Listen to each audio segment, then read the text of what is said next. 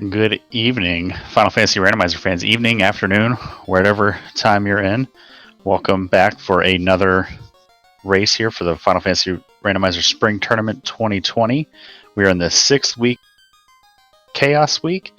All kinds of craziness going to be happening. As you can see, our runners agreed to a pretty fun party comp. What do you think about that, Edge?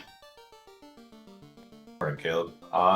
This is going to be a whole lot of fun. I'm certainly hoping that we don't see any gatekeeper bosses. Otherwise, we might be here a while.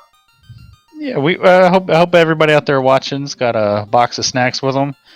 We're gonna get the gate dropped here, get our runners off and going, because in addition to this Black Mage Rainbow party comp, they had another little gentleman's agreement in the race room, which we'll talk about once we get a look at these magic spells for sale. I like this party comp. I've ran it like once in like a goofy draft in like a pickup race on the Discord probably a couple months ago, and it can be effective if things line up perfectly. But like you said, any sort of gatekeeper is going to be problematic. Yeah, we either need a lot of ribbons or nuke, or need or not a lot of punching. We need a lot of things. It's probably not going to happen. Yep. So the gate is down, and we're going to see what level 1 magic holds for Darindrise, the Hangry Canuck, both vying for a spot in the play-in race, because they are both 3 and 2. One of our runners will advance to 4 and 2, earn a spot in the play-in race. One will end tonight at 3 and 3 and be in the last chance qualifier, along with all the other 3 and 3 competitors. And here we go, level 1 black magic. We've got Nuke, Lightning 3, Bane, Fast, and you can see Canuck's not buying that nuke spell.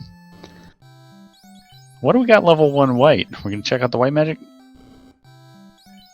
Alright, so it's awesome that they had level 1 nuke, because they had a gentleman's agreement in the race room that if nuke fell in levels 1 to 4, they will not buy it. Same for Fade. If Fade falls levels 1 to 4, they are not going to buy it. So we're going to be Lightning 3 and Baning our way through this early game. Both of our runners gluttons for punishment here. Yeah, and not buying it versus buying it seems like a pretty apt comparison, because I think they'll be doing a lot of buying it in Temple of Sheep. Yeah, more or less. Lightning 3, though, still a really good sweeper to have, and having 3 casters of it, you're going to end up with close to 27 charges by the time you get into the Temple of Fiends. It's not going to be that effective, but maybe we'll get lucky and see Fade at level 5, and then our runners will be able to pick that up, at least on the white mage. But yeah, it's they kind of called it in the race room. They're like, watch, nuke's going to be level 1, and there it is. And we got a bunch of people already joining us in chat. See Lynn the Cat hanging out with us. One Fine Day, Lackeys, the Uninformed Pleb. Question from One Fine Day: nuke prohibited? That is an agreement both of the runners made in the race room after they did this draft to ignore nuke. I feel like we should have maybe stepped in here and been like, no, just make it prohibited until class promotion. Here we are. We're going to see a level 50 red mage. I mean, it was what, a 12.5% chance that nuke falls at level 1. Yeah, it happens a lot. Yeah. It's like 50% for the gentleman's agreement. Yeah, whenever you decide to roll a mage heavy party, it's going to give you nuke. And there's our first loose item, Opal Bracelet and a Bane Sword. So the seed already, as if it knew what our runners were up to is like, okay, fine. Here, I'll bail you out. Here's a free charge of Bane. And our first loose item with the Opal Bracelet. So, gotta be excited to see that. Best armor for these mages, absorb-wise. And we get our tail from the king, and our chime from the princess. So, at least we'll be able to promote as soon as we get in the air. If we get into the air. Oh, hey, here's some fun facts. The Red Wizard gets the 5th hit with the Vorpal at level 49. Gets the 5th hit with the Mazmune at level 37. Okay. It's pretty good. Gets the 5th hit with the Cat Claw at level 44. Also applies to the defense. So. Okay, so we might see a solo Red Wizard grind. Yeah. Maybe we'll get lucky, get like a level 2 Saber, level 3 Temper, and we can funnel a ton of stuff into it. With the Sun Sword at 47. All right, so it sounds like 37 with the Moss is going to be the hurdle to clear. As we got Speed Gaming 4 hitting us with a raid right at the jump. Thank you for the raid. Hope you guys are into Final Fantasy Randomizer. You're about to see a heck of a race. The Hangry Canuck and darindrise taking on this Week 6 Chaos flag set. It's the same flag set we've been running all through Swiss, except this time there are no Fiend Dungeons incentivized, meaning we have 3 loose items and a loose canal that we need to find. And both of our runners agreed to this party comp after a draft. And on top of that, agreed to ignore Nuke and Fade if they were at levels 1 through 4. And lo and behold, wouldn't you know it, Nuke rolled into level 1, and it was the cheapest spell in the shop.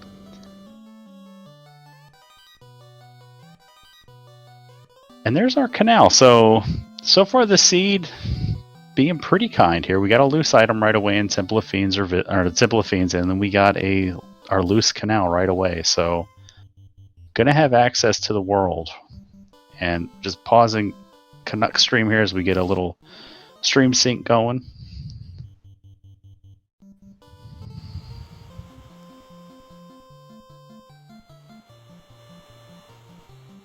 So if this is your party comp, Edge, how do you attack this seed?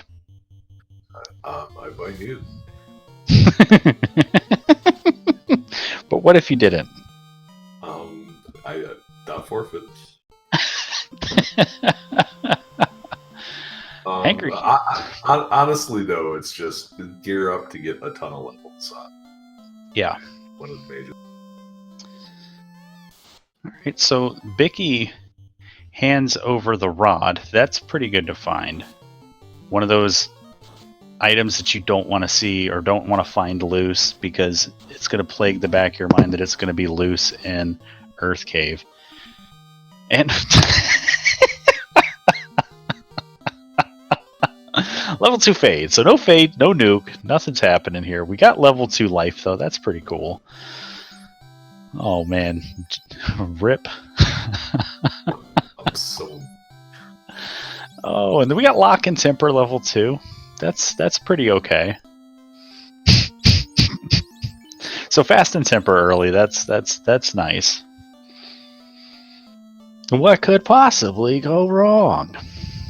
But these guys are going to have some fun with this. This is clearly they were ready for some silly shenanigans as they were probably preparing for this race. So we might see them break out some off the wall strats. C Note 58 calling for Cat Claw strats. Maybe. I mean, after all, you can't spell fun without FU, right? It's the same root word as fury, so...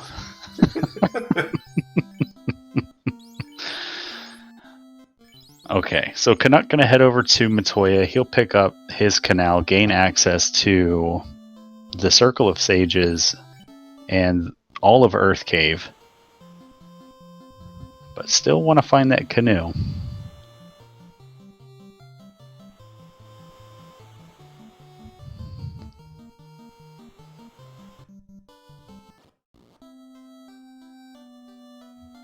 Edge, every time I sign up for race crew, I'm like, oh, this is going to be a really good race. These are both solid runners. They'll be in and out of this thing between an hour and a half, 2 hours.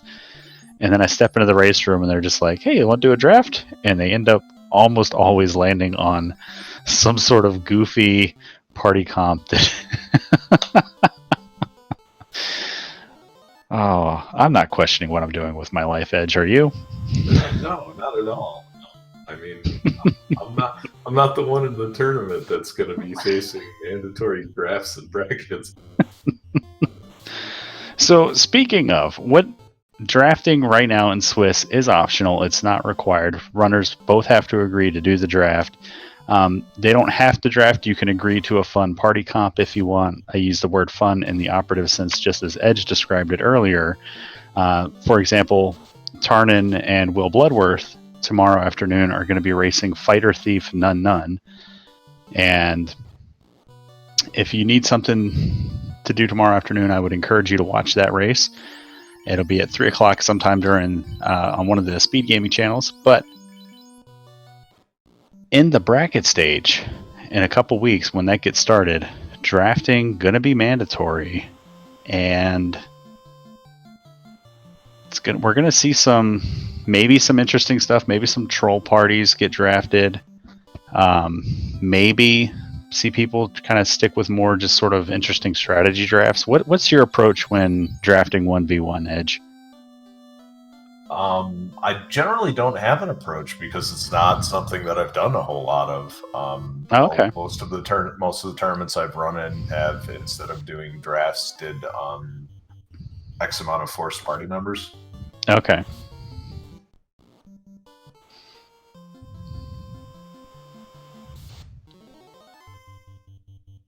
Yeah, so that's a major advantage to the veterans that like running crazy things and challenge seeds like the CCs and the spells absolute.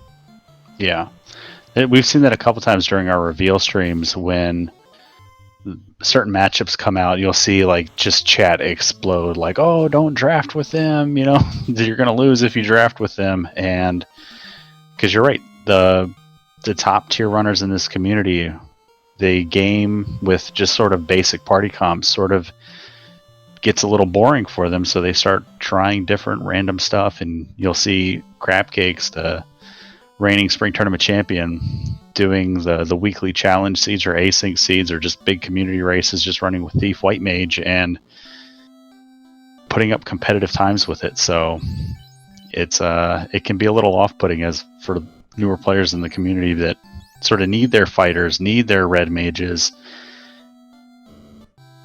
But I mean, also at the end of the day, like, you are capable of bringing 2 of your own party members in there. So if there's 2 classes you really like, you can always just draft them and fighter red mage, pretty good stable comp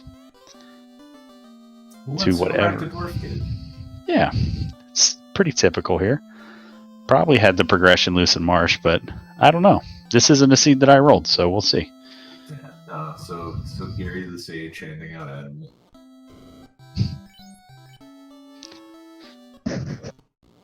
Hi, Fizzle.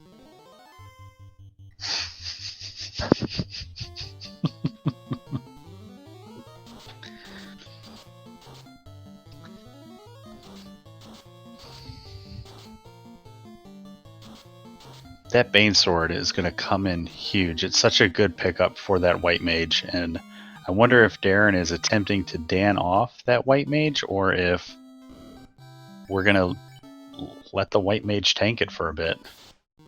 Oh, it seems that both Darren and Bree have discovered the joy of Peds on Power Cycle, and even though they're a little beefy, you've got 3 casters of... Oh, we also have Dazzle. Yeah, the Dazzle's a little concerning, but we're going to get some good levels here, get enough levels to be able to clear through some early incentivized locations once we get that canoe. But if that adamant doesn't turn into travel progression, we might be looking at a loose buried in Earth Cave or in Marsh Cave, but right now we're running out of options. Maybe a vendor item in on-rack, but... I mean, you got the rod already. It's 100% Earth, right? Yeah. You would have done it by now. Yeah, I would have already been in there. I'd have been doing this grind walking through Earth. I also don't know if I would ever. I don't know what world I would need to live in order to agree to no level 1 nuke. Those are my safety. That's my safety net. I need that. I need my training wheels.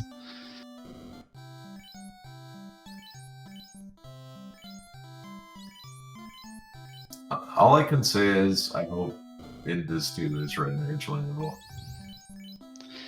Yeah, that would be important. Red mage learnable, and we haven't seen the level 3 and 4 magic. Space Drake in chat pointing out that we could see loose in Mirage. That wouldn't be a bad check. We do have access, I believe, to warp, so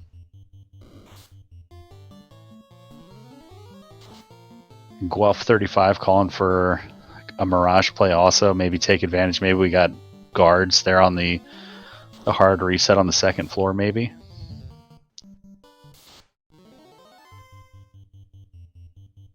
Just for early Oxio and going to Sea Center. It's Sea Leap all over again. And then you find ghosts and die there.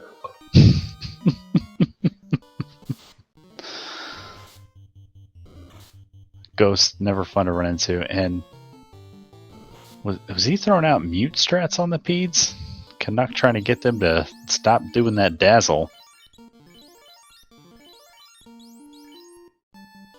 Like, catches level 10.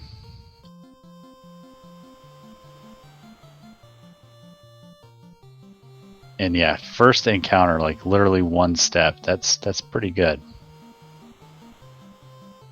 But Dara done with his Pede grind, gonna go find out what the adamant will net him. Fingers crossed it's a cube and we gotta go to Sky.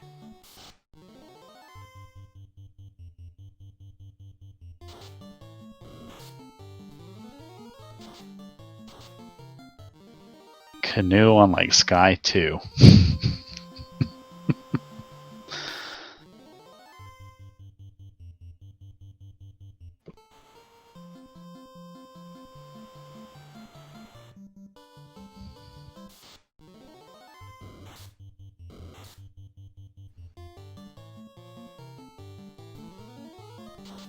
Alright, so Darren making his way to the Dwarf Cave, going to turn in that adamant, and Canuck's getting pretty good levels with those grinds, already up to level 12 now.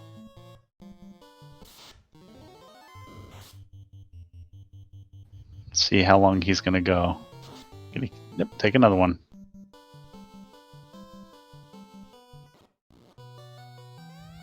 Hooray! Alright, Ruby, that's pretty good. Ruby will lead us to 2 incentivized items, as the Titan's Trove is incentivized, as well as Sarda. So Darren gonna get 2 checks for the price of 1. That's a really good find in these flags. Ruby, one of the most coveted items to find. Yeah, you can see Canuck even hard resetting when he's only getting 1 Pede. He wants that 4-pack. Considering taking the 2. Nope. 4 or bust. Out of this, this mono Pede garbage. Alright. Darren's gonna go to Elfland, so we're gonna get our first look here at level 3. Hopefully find an Ice 3, Fire 3, maybe offsetting levels to get all 3 of the elemental sweepers in the first 4 levels would be nice. Go to Marsh. We got Ice 2. I didn't roll it. Our tracker, our lovely tracker Zodecahedron, he rolled it. So Cure 3, pretty good. White Mage learnable. Fog 2 will be available for the Red Mage. So this is Zodecahedron's first seed rolled in the FFR community. So who knows what this is going to be. Promotion locked Cure 4, that's pretty alright. Still no sign of Invis 2 though. And that's a problem. Because that means it's probably 7 or 8. Oh, Warp and Brack, okay. That's pretty good. I misremembered, I thought Warp was level 1, but confirmed that it is not, so We got a vendor item? And there's a... Okay, cool. So we got a vendor item. We don't have 16k. Peds aren't going to get us 16k. Marsh might get us 16k. Yeah, I think if I'm looking at that, I'm definitely trying Marsh. Mm-hmm. But I mean, we also have the Ruby, so... It's one of those things where you kind of kick yourself in the butt and like, oh, I probably should have checked this, before I left the inner sea. Maybe check out, see how much that opal bracelet sells for. Like, maybe drop a save, sell the opal bracelet, buy the crystal, hoof it over to Matoya, see what it turns into. Because if it's just the power gauntlet or Thor hammer, that's something that we can come back for later. Or if it's like slab or bottle, like that might be something I would do. Not to sell it to keep it sold, but if it's just at least get the information. Why can't we just find a pawn shop in here somewhere so you can buy it back later? Right? Like Skyrim, can't Skyrim? Don't they keep the stuff you sell them? Just steal it back there. Yeah, just steal it back. Just put a bucket on their head. It's not a heal helmet.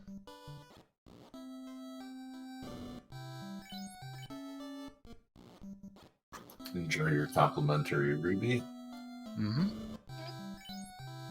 Okay, so Ruse will be available for the Red Wizard. Ice 3 and Zap promotion lock, but maybe Ice 3 will be worth picking up at some point. Yeah, Ice 3 is going to be pretty dang useful in a lot of dungeons. Critical and Volcano, pretty good to see. Alright, Canuck making the same plays here that Darren did. Gonna check out Elfland. He might have a little bit of money. I know he had like 13k when he was doing his Pede grind. But yeah, he's close. But if he buys that ice too, yep, nope. Rip.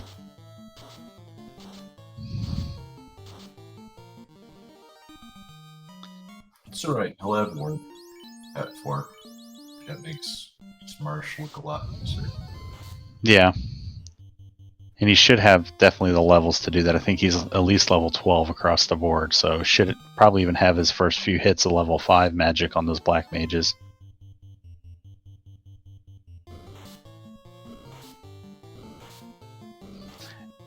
And the fascinating thing here, Canuck looks like he's going to keep all 4 of his mages up, and Darren committing to the 3-person party, the glass cannon party. And Canuck remembers item shop.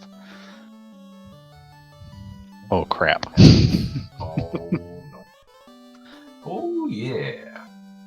Yeah, so there we go. There's a canoe. That's wonderful to find.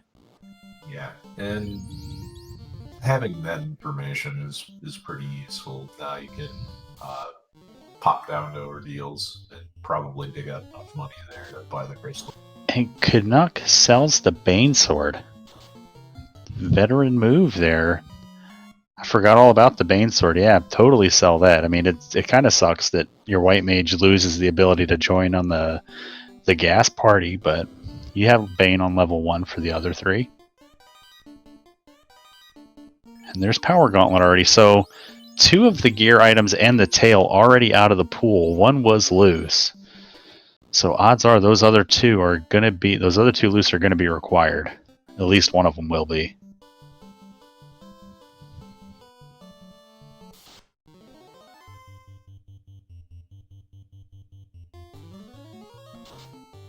Now, if Crystal turns to Floater, this could be a big advantage for Canuck here when he goes to do that Ruby turn-in. Because he'll be able to promote right away, go back, pick up that Cure 4, raid the Cardi Islands, get some money, maybe get some better gear, and sort of have his way with the overworld here. Yeah, the key would be pretty swinging. Mm-hmm.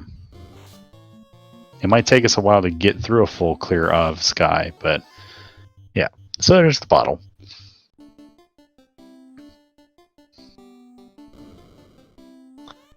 Oh, there's a katana. There's a nice vendor sword. And there's a wonderful grind for Lightning 3. Holy crap. Oh, let's wait and see what these guys have first. A lot of them. Yeah. But we have guys. We got level 1 warp. Question from chat from Gregory Puff. What are their records? 3 and 2. That is correct. They are 3 and 2. One of these runners will advance to the play-in race. One of them will go on to the last chance qualifier. This was a draft. It opened up with Darren drafting a white mage, Canuck bouncing back with the double black, and then there was a long pause on Darren's side, and I told him, I was like, do it, do the thing, do the drafting thing, and I was kind of hoping he would do another black mage, but went with the red mage, so not necessarily a safe choice, but it could work.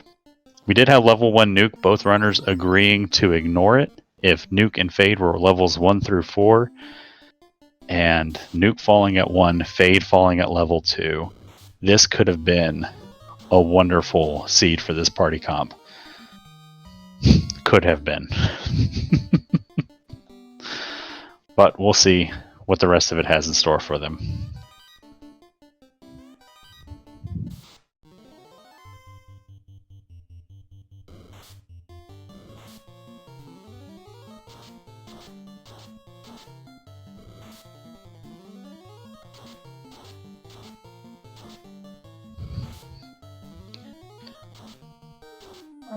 So more of the lit free party on there inside. And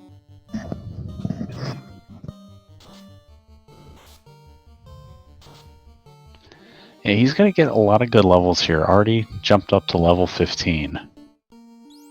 And with the level 4 warp, he's still got a house in his backpack. He's probably gonna live here for a little bit. This is a very safe grind. You can just go up and down right there and not have to worry about the off-step encounters. And just only take this fight. It's really good. Wow, 2 hits on that Opal Cheerio. That was pretty serious. Oh, another 2 hits. Should be okay. Yeah, there's the turn order. And a level of fight is really good return on investment here.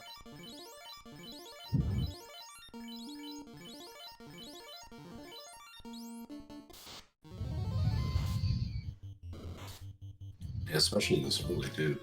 Mm-hmm. Yeah, more levels equals more spell charges. And the more fights he takes here, with these being sort of late game enemies, he's going to get good money off this. This is his gold grind for the crystal. He's not going to have sold that Bane sword to get that crystal. So it's just another resource he'll have in his back pocket if he decides to pick that white mage back up.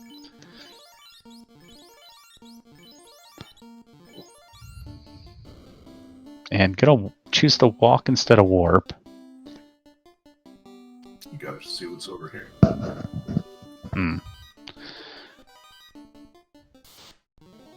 Alright, like carry insurance. Yeah, always nice to see a wizard stick. Edgeworth, they're yelling at you to sit closer. They can't hear you. Eat that mic, bud. No. I don't wanna.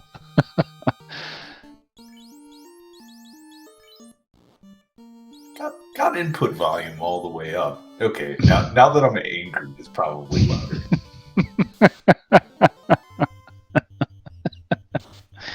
I can hear you just fine, but I have the benefit of being in the booth with you. So level 17, 26 minutes in, feels pretty good. I kind of am in permanent lean back mode. I did that the entire time with the cat on my lap during the RPG limit break stream. All right, so Canuck reviewing his resources, and he's going to take these big eye fights too. And Gregory Puff in chat calling for the grind to 1,000,000. I don't think that's how high the level cap is in this game, bud.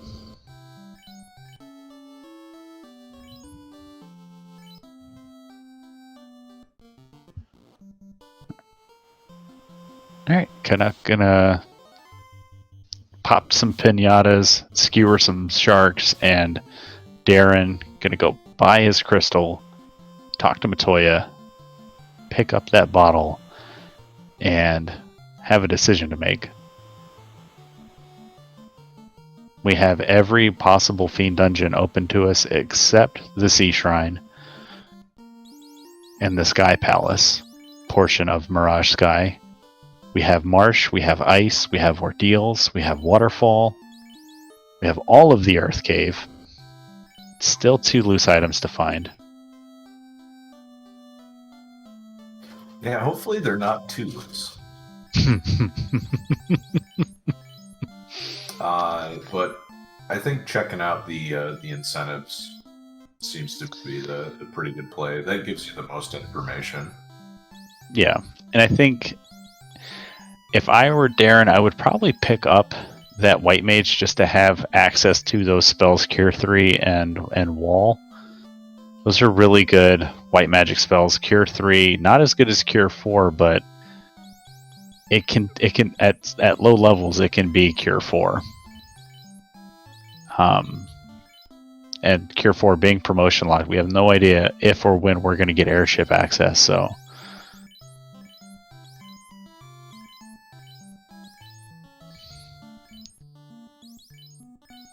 and Speed Gaming 3 coming in with the raid. Thanks for joining us. We're about a half hour in here to a Final Fantasy Randomizer Spring Tournament Round 6 Chaos Week matchup. We have the Hangry Canuck, darindrise. Winner of this race will move on to the play-in race for brackets. The loser of this race will move on to the last chance qualifier and have one more chance in a large group race setting of up to 21 racers participating in that for one spot in the play-in race. That play-in race will allow 8 runners to punch their ticket into the brackets. So definitely want to avoid that last chance qualifier if possible. Darren and Canuck drafted this in the race room. Darren started out with a white mage. Canuck took double black mage. Darren polished it off with a red mage. They were both sort of laughing, like, watch, now that we picked this mage party, it's going to roll level 1 nuke or level 1 fade. And we rolled level 1 nuke and level 2 fade, but again, in the race room, both runners had a gentleman's agreement to ignore nuke and fade if they fell between levels 1 and 4. So, there will be no nuke or fade this seed. We're going to have to, like you said, dig until we find a Masa or a Vorpal, something that red mage can swing with a few tempers and a fast charge into it. Canuck diving a little bit deeper into Earth Cave picks up a black shirt. That's going to be really good for his promoted Black Wizards, as it's the only piece of gear in the game apart from a ribbon that offers time elemental protection. Super important against abilities like Glare and Zap.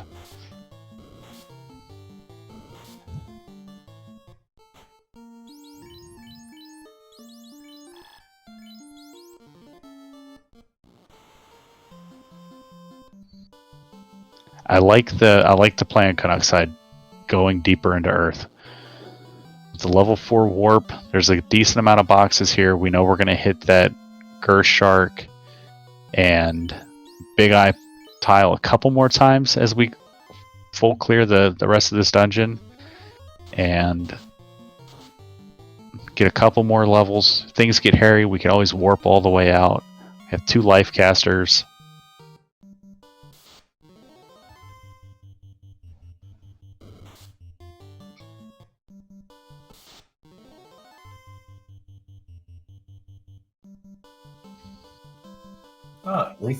Luther's just going to be Earth, huh? There we go.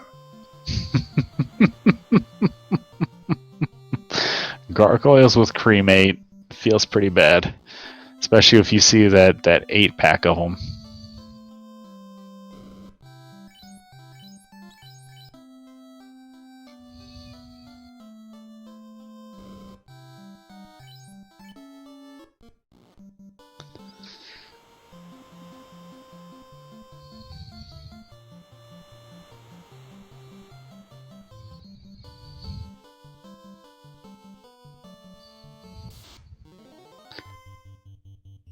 Alright, looks like Darren's going to go to the Volcano Ice Cave area. Karib's with stun. Oh boy. And unrunnable arachnids with hold just feels bad. And Darren will be fine. Soon you will be over 300 health, and it won't matter. Yeah. Well, the red mage will. But it does. Darren did pick up the white mage. I like to see that. We'll get some more levels on it. There's the scary pack for Hangry Canuck. We do not want to see 8 cremates come out. Literal cream 8.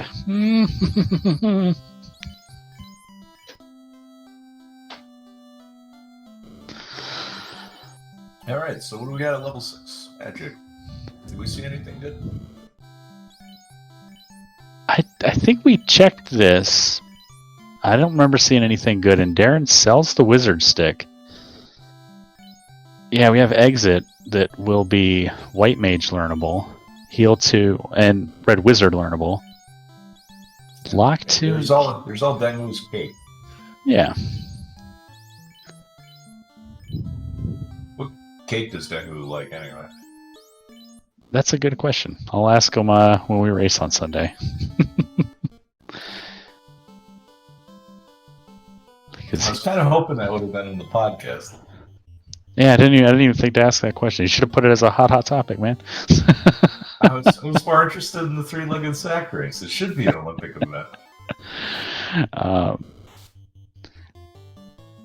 And Dango and I are going to be racing Sunday at 7 p.m. Eastern on Lord Fizzlebeef's channel because it's going to be Final Fantasy Randomizer After Dark. Going to be a little bit different broadcast than we normally do, but should be a lot of fun. Dango and I are going to bring back some stuff from our Road to SG Live rivalry. We're going to be sitting in voice chat together, griefing one another while we race. Should be a lot of fun. Darren going to give us our first look here at the volcano. And Canuck, don't scuff that chest. Go. Canuck skipping a box. The often skipped Earth 3 solo box there on the far right side of the room. Typically not going to have anything in it. However, because he skipped it, it's going to have something in it. I mean, it's always going to have something in it. It's not a weakness. Fair. It's a valid point. Yeah, I'd love when there's a nice XP fight on the Earth tile, because it's just like, oh, I can just hit this thing from a million different spots in the dungeon, get a little more XP as I'm diving down, get a little bit more HP. It's one of my favorite things about the Earth Cave.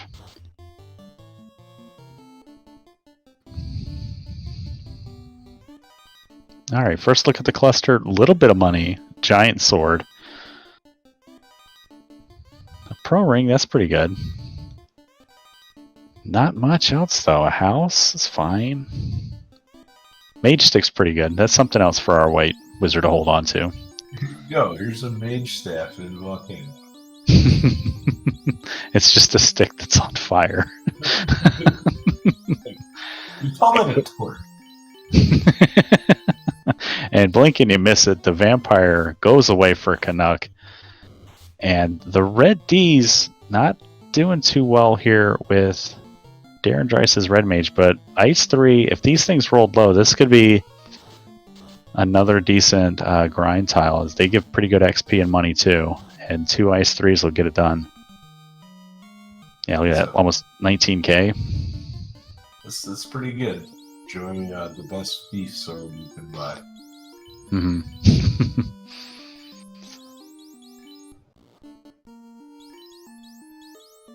All right, so far, Earth busting out for Canuck.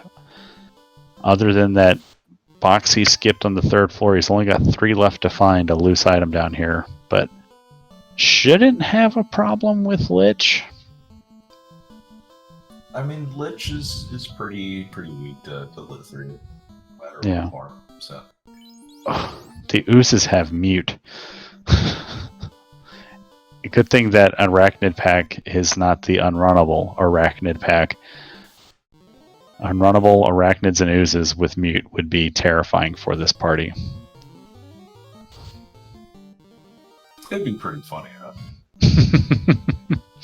This deep into a dungeon, that's like full tilt for me, because it's just like I'm either going to spend 5 minutes in this fight or I'm going to reset and just be angry. Good. Let the anger flow through. Yes, do it. Speaking of, Cockatrice is bringing the heat. There's another katana, so that's another good vendor sword, and oof. So Earth is a bust, as far as we know. Yikes. I don't know. At least Angry got a ton of XP out of this. Yeah. I mean, as we all know, it's the experience that you really look back on. Yeah, and the other fun thing about the experience that these runners are sharing is there's a thing in the mental health community called trauma bonding, and both of our runners are going to have that by the end of this. The shared experience of just terrible things that they put upon themselves by agreeing to ignore that nuke and fade at levels 1 and 2. Like 3-hit wizards? Yeah. Luckily, we got that white mage. We got plenty of cure 4s. We can do this. Oh no, Anger's going to be fine. I'm just looking for what happens to Darren. Oh yeah. Someone pack. Oh no, eye mages death touch with rub. That's even worse. I mean, at least death touch sounds cool, but like rub is just embarrassing. Just yes. All right. Oh, the oozes. Oozes have damage poison. Mute oozes with damage poison. There was a question from Steel Golem in chat asking if mute would prevent them from using the Bane Sword, and yes, it will. Not only will it prevent you from casting spells, it will prevent you from casting spells with your caster item, as well as drinking potions in combat. But here comes a Lich fight. We're going to do a fast and some lock strats. Maybe Lich got some high evade, but Harm 3 will do some good work. You got lit 3. Come on. There we go. Wanted to buff up the melee swinger, practicing for Topher. Lightning 3. Yeah, 114. There we go. Down goes Lich. Canuck lights his first orb here at the 40-minute mark. As Darren picks up the incentivized herb in the ice cave, getting that frozen cilantro out of the cold storage. Delicious soap plant. Are you one of those people that have that genetic marker where cilantro tastes like soap? No, my girlfriend does, and it's hilarious. And my buddy's wife has that, and whenever like I'd make like pico de gallo or like chili or something, I'd always have to make like a special batch without cilantro for her. Yeah. It's like a Sunny D. Like when I was a kid, Sunny D just tasted like awesome, super sweet orange juice. As an adult, Sunny D tastes like dish detergent. It's so weird. Maybe they just changed the recipe. One fine day saying, I've never consumed this quote-unquote cilantro. If you're in Europe, they call it coriander over there, where in America we just refer to coriander as the ground seeds of the same plant.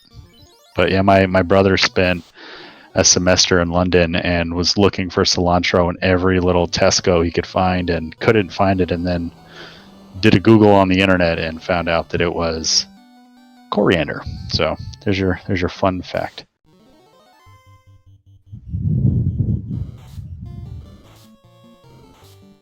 I like having cooking facts when I do Final Fantasy commentary. I think it was last year during co-op I was doing commentary. It might have been during Spring Tournament, and Falconic was hanging out in chat and was getting cooking tips, and there's Soria's with Squint. That's spoopy scary. I was asking for cooking tips for like making caramelized apples for turnovers and pies and stuff.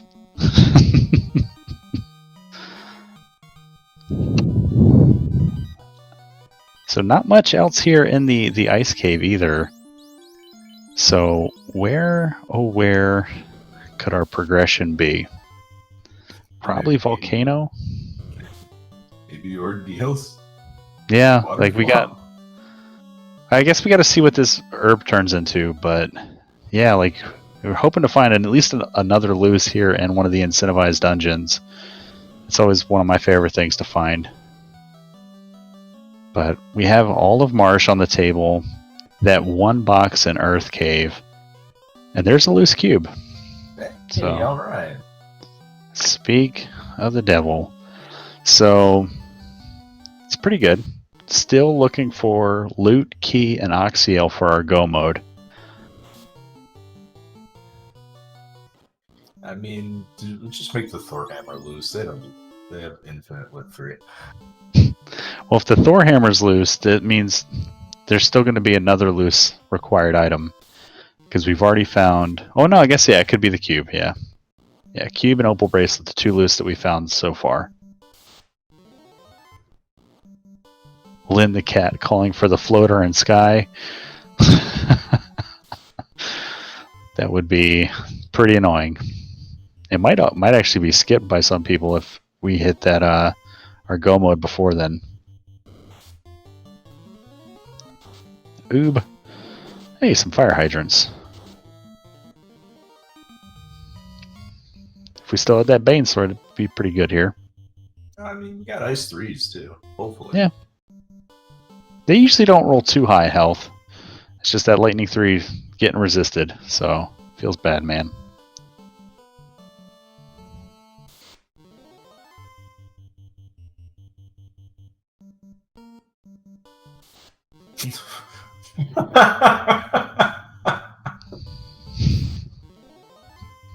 The dreaded 5 lit 3R Hydra. Alright. Canuck gets the floater. And it looked like just some money in the little garbled of his stream coming through.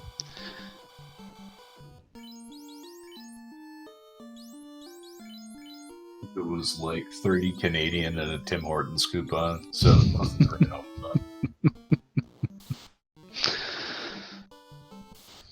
Yeah, Ice 2 is going to work pretty well on those nightmares. Ice 2, Ice 3, some of my favorite spells to bring into the waterfall. So Canuck about to change the status quo, get in the air. He'll be able to turn in that bottle. That's about it. Everything else, he'll just be, other than that, he'll just be able to zip around the world a lot faster than Darren. But we'll see if that. If I found like the airship, while it's a wonderful thing to find, it can be a distraction too. Where like now Canuck's going to spend a little bit of time. He's going to promote.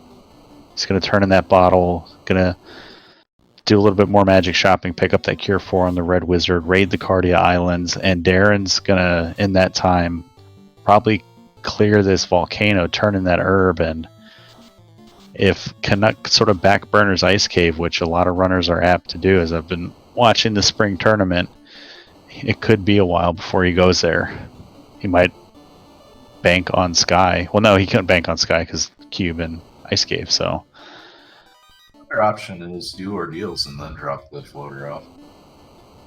Yeah, that's a good call. Much quicker walk here from the river inlet compared to the meadow on the far eastern edge of that forest. But yeah, Masmium is still the big prize that you're looking for, and no sign of it anywhere. Question from Mage Rion. What would be the best way to cook chocobo? I'm thinking fried. It'd be one heck of a large bucket. I think with a big game bird like that, yeah, maybe not frying, but open like spit roasting or something. It's probably a pretty gamey, fatty meat, so maybe just like a slow roast in the oven. Maybe brine it. Treat it like kind of like a turkey, or you would do a A duck? What's it with you monsters and eating enemy mascot characters? Tyro steaks, chocobo wings. I mean, it's fine. It's better than eating a zombie D, just some rotten meat that just came alive in the back of your storage room. When the pantry comes to life, you get zomballs. That ground beef that's just been sitting in the back of your fridge that you took to thaw out because you wanted to make homemade burgers and then got lazy and ordered a pizza, and then 5 days later there's a smell coming from the back of your fridge and zomballs. Damn, I knew that White Castle was a bad idea. Hey, I got White Castle sliders in my freezer.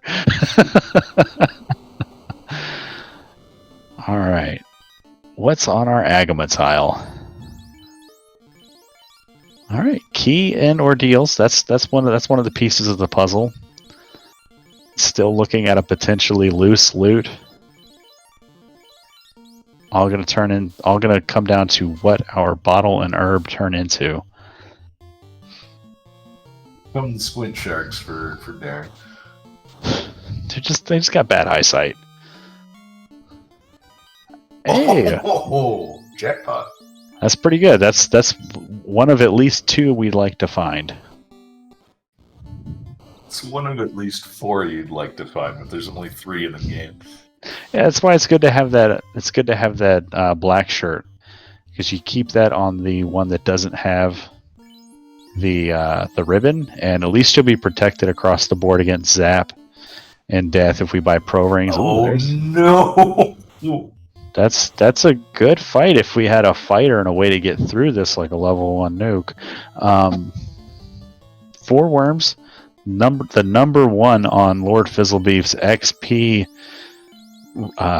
scaling. All right. Yeah, four worms with 800 health. Okay, cool. Yeah, if they roll low on HP, of course. Yeah.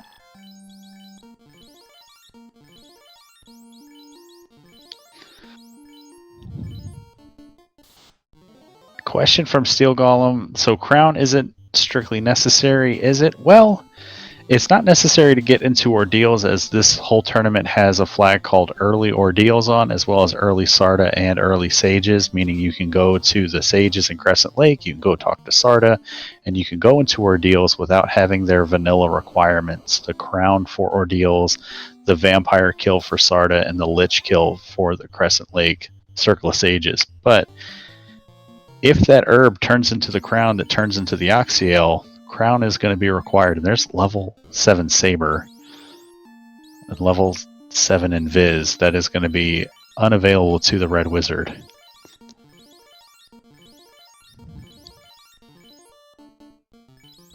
Oh, Darren's actually going to give this a shot. Here we go. Let's believe in ourselves. We don't have walls. We don't have anything. Well, we got a Baneslayer. We got 3 256 chance, but we're going to instead do the... Alright, we're going to fast up. I think that he's just swinging like... What is... It's like a rune sword, right? Yeah, I think it's rune. I mean, it'll get done if we get enough fast and tempers into it. I mean, anything. That's the rune sword. Alright, there's our loot from the bottle, so... Only one piece of the puzzle left to find, and that's the Oxyale. So dumping tempers onto that rune sword, a little bit of chip damage. Carry could roll low, but there's the damage poison from the vanilla Tiamat script. 4 hits, 197. We're putting in some work now. You gotta stick with the swings, bud. Gonna switch to cures in case something else comes out, but anything else that comes out would be resisted by that ribbon. Except a punch. Whoa. Keep swinging. Oh, no. Oh, this is not going well. Yeah, you got to keep swinging. So fire out an ice 3. Oh, we got dark. Okay, so hey, keep the ice 3s. Oh no. No. Right. Okay. So good news, bad news. Good news. We can skip everything but that ribbon box. Still got good levels, but we also know that we can just leave. Also fair play. No, I kind of think the ribbon would be worth it. Yeah, I mean, this is a party that is not so good on magic defense. And you have warp to sort of ride that elevator up out of the volcano. Oh, question from Mage Rion. He's challenging me to something. Recreate the Final Fantasy 15 recipes. I've never played Final Fantasy 15. I know that there's cooking in that game because I've watched my younger brother play it, but I've never played it myself. So,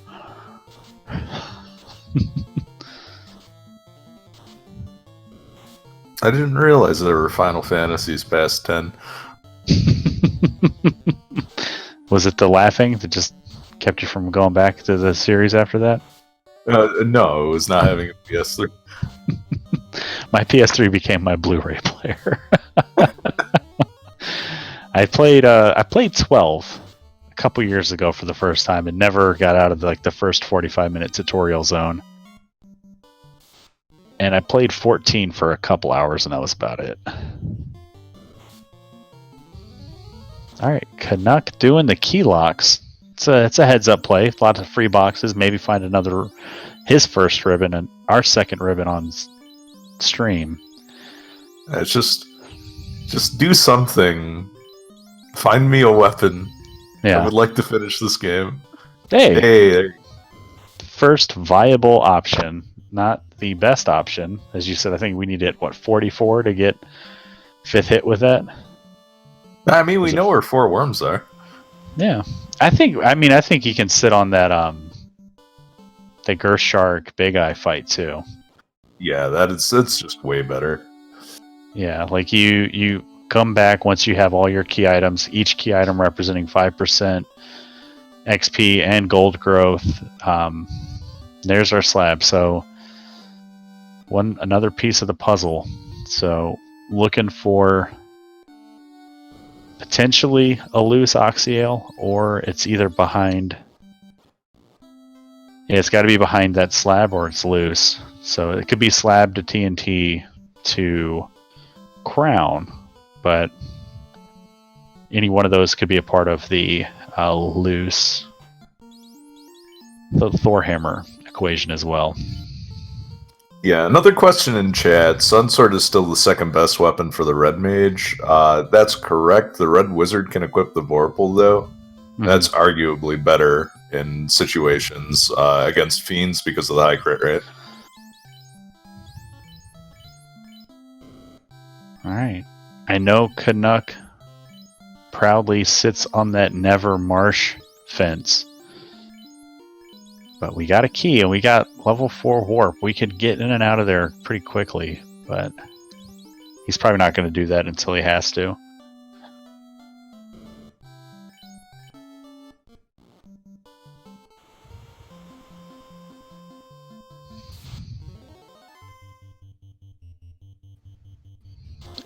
Alright, there's another piece of the puzzle, the defense sword. So definitely happy to find that.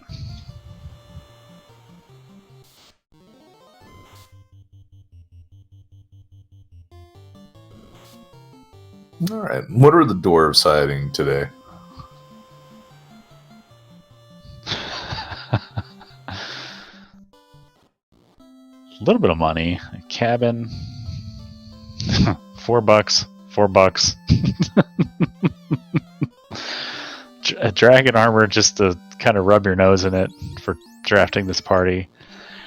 Question from chat from Ganon's Going Wild. Does commentary find out they are joining a 3-hour race before signing up for it? No.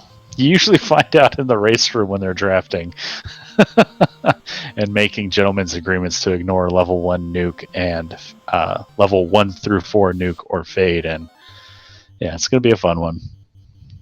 Yeah, but, I mean, this seems a lot more doable than Tarnan versus Will Bloodworth. I feel bad for anybody that's doing commentary for that race. Well, I guess you're a big fan of self-loathing then, because you are on that team, my friend.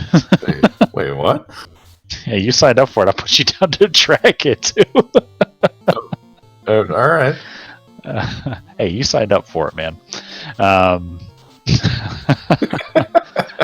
It's going to be you and Kenny Star and Ragnarok. I'm sure the three of you can work it out. I just put you on the track so I can just get it out of the queue because we got still a lot more races coming up this weekend. Take shifts. Like the bonus streams of spring tournaments past. All right, so Canuck into the ice cave. That's the play he needed to make. Going to get his cube and his herb, and we'll be able to turn that herb in for his slab. So we'll get to see what that is. But Darren going to do ordeals, pick up his key, and then head to the waterfall, and we'll get his floater. So it's hard to say if one runner's ahead or behind. I think Canuck has a slight edge in that he's already promoted, but we got all kinds of people hanging out with now. We got Courant joining us, new player Duckling joining up for the spring tournament, participated a little bit here and there, but really jumped in with both feet and did pretty well, picked up 2 wins, and Groggy Dog, our reigning Duckling Supreme, doing very well for himself in the tournament, coming into his own. Lots of new players showing up. Darindrise, another one of those newer players. Canuck, obviously, the old pro here, the vet. Darren throwing the Bane Sword at the Sorcerers. That is a 3 in 256 chance to hit. Those Sorcerers, pretty good MDEF and resistances.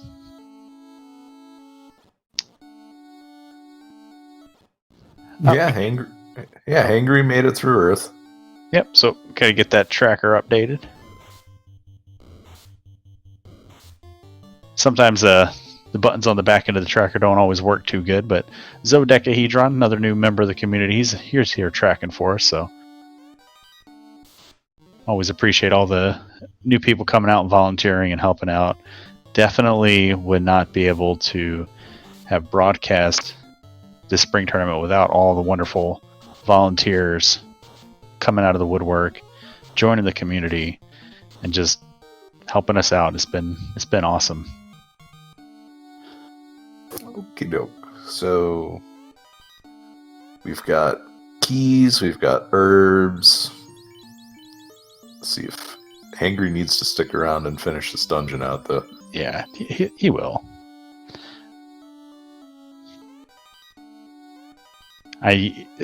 There's still that little bee in my bonnet about that box he left in the Earth Cave. We saw it happen week 2 of Swiss. Ik Ben Maya versus Sealy Faye. Ik Ben Maya felt pretty good about his party. That was also a level 1 nuke seed. And skipped a box in Earth Cave. Never went back for it. It was the loose loot. And Sealy Faye came in behind him playing much more thoroughly, picked it up, and was rewarded with that loose loot, and she ended up winning that race. And since then, I've referred to that box as the Ik Ben Maya Memorial chest. So hopefully that box on the earth floor doesn't become the Canuck Memorial. But Darren going to head over to the waterfall, pick up his floater from the robot, and get in the air. So still no pro rings for Darren. I think they were for sale in Gaia. Nope, pro rings were for sale in Elfland. Gold bracelets. Groggy Dog. There's a parking spot for you outside the volcano that is just for you, bud. Yeah, it's not just for him. It's labeled 5 and 1 players only. During the Duck Derby this past January, Groggy Dog parked his airship next to the volcano on the left side of the big volcano sprite tile, and killed Carrie, took one step to the left to go to his airship, hit Grimps, I think with like nuke or thunder or something, and just wiped his party out. He didn't save it and had to do that full clear again. So feels bad. So always park your air. If you have the airship and you're going to Volcano, park it in the tile on the bottom left side of the airship. So when you exit carry, you'll be right there, and you can just tap A and be in the air. It's one of my favorite things about the randomizer. When you make a mistake like that, you'll often never make that mistake again. And one of the most common ones we've seen this tournament was at least 2 or 3 times we've seen it with a runner forgetting to talk to Bicky after killing the pirates. And that one's just a heartbreaker to see. But it happens to everybody.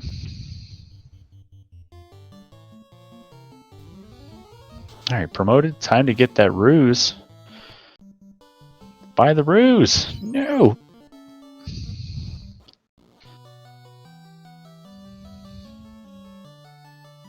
Alright. Gotta get that ice 3. That's fair. Nope, still not buying that ruse.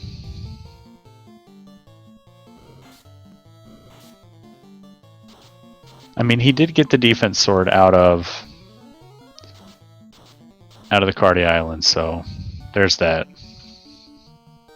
Now we got a translated slab, and we might get to see what that is. Forget, what was the bottle turn-in? The bottle turn-in was the loot. Okay. Yeah.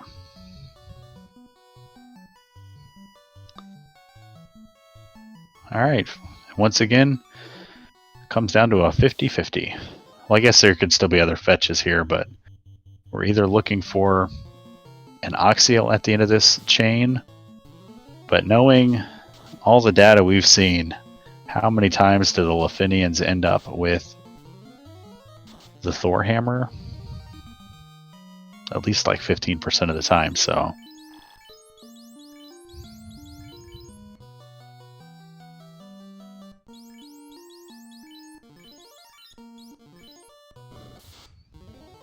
Alright, fire hydrants. And gonna skip right to the ice 3s and Bane Sword and ice 3s, yeah. Ooh, those fire hydrants rolled up pretty thick, over 340 HP. But I love using the Bane Sword on them.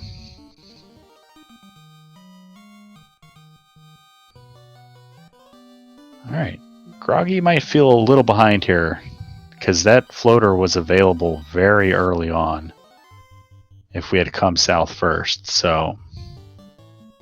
Yeah, I mean, Groggy's probably about an hour or 5 behind since he's not even in this race. Oh, yeah, Groggy. Yeah, darindrise, excuse me.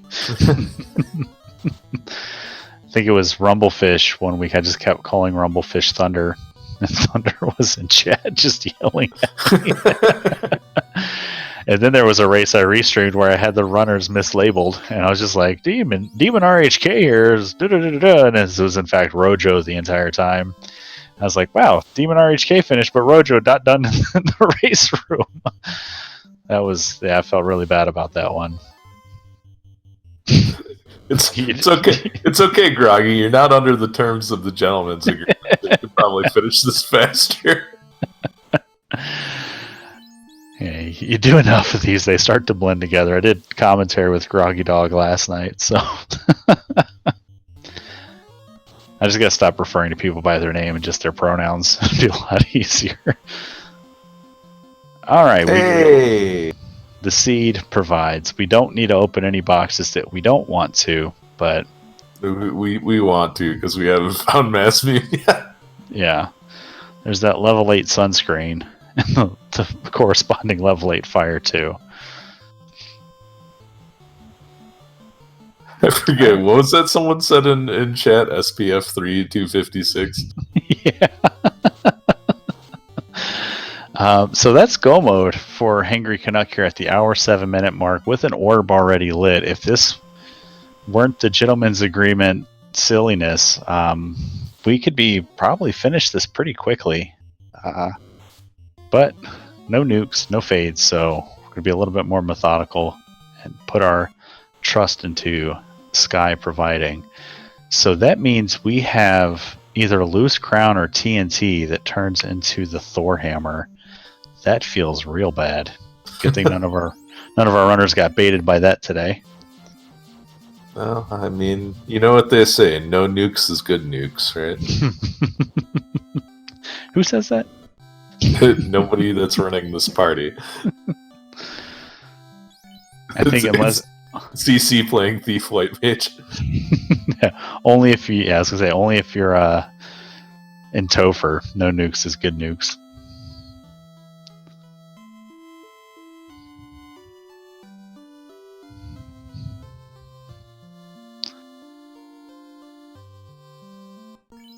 And Speed Gaming 3 joining us with a raid. Wow, we just been getting raided by the other Speed Gaming networks all a race.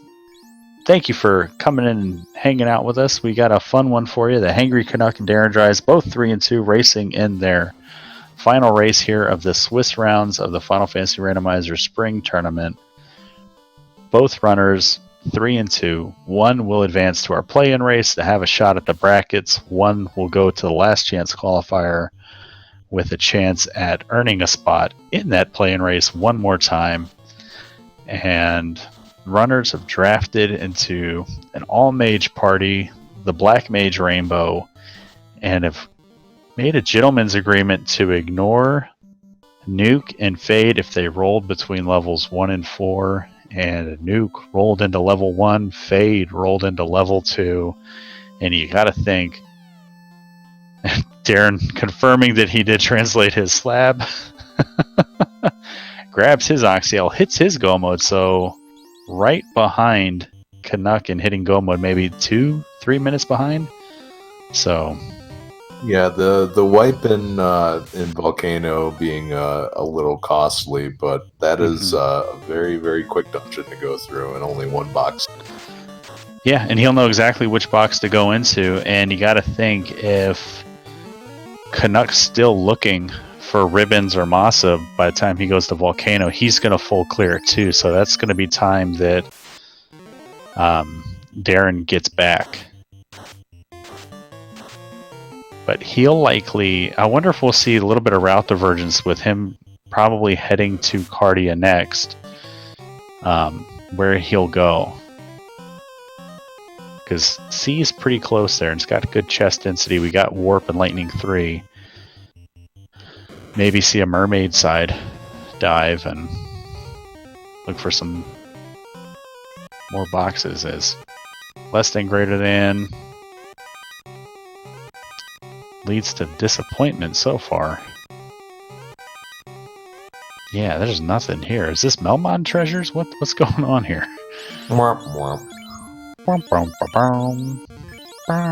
Gannon's gone wild with a question in chat. Does Black Mage even get 400 HP? I think in like the 40s. Yeah. Yeah, like you got to go pretty high though. The White Mage, Red Mage though, they'll get up into the 500s in like the late 30s. So they do have pretty good HP growth, and I wonder if that Bane Sword is going to be a difference maker here for Darren's party, as Darren held on to the Bane Sword. Canuck sold it for that crystal money, which got him a bottle and ultimately led to the key, but, you know, didn't need to sell that to get it. So could have just bought it later, but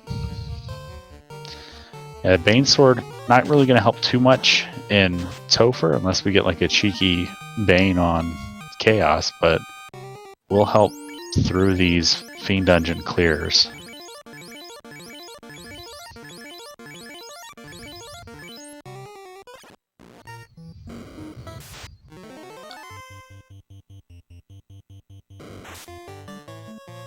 Yeah, I see Len and Chad is still thinking about those beans. Just think about them beans. It's the Bean Sword. Beans? Banes? Alright, so Darren will clear out the Cardia. He'll get his defense sword I forget which box it was in, but Canuck scuffing the left side of Sky 1. So, not going to full clear.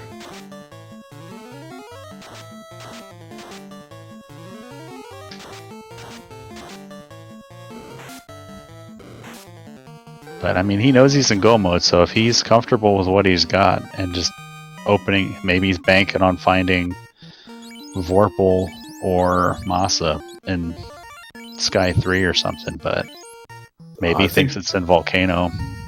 I think using Vorpal would be physically painful for him. Yeah. He does have the Sun Sword. Gonna skip all the Sky 2, so we're not gonna see if Lynn's prediction was correct. I mean, he did call for Floater in the white shirt box, but could have been. There's a Vorpal. Hey, alright. You know what you have to do. Throw that sucker out the window.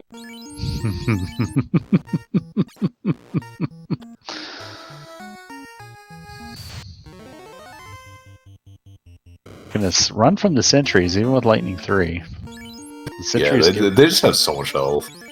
Yeah. I would have probably tried it. It's not like we're going to be using Lightning 3 on Tiamat. He's probably only got 4 more boxes he's going to open here.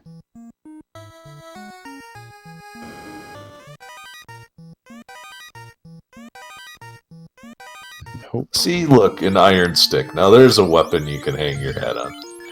He did the thing. He did the thing with the Vorpal.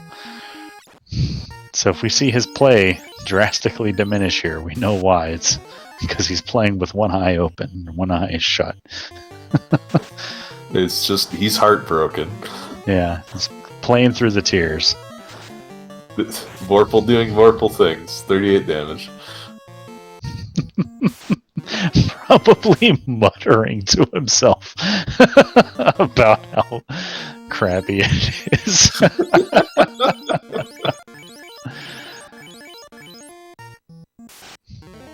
But we know with that Vorpal, I mean, it's best in the hands of a knight, but with Red Mage, even with a couple tempers and a fast into it, it can be effective. It can be.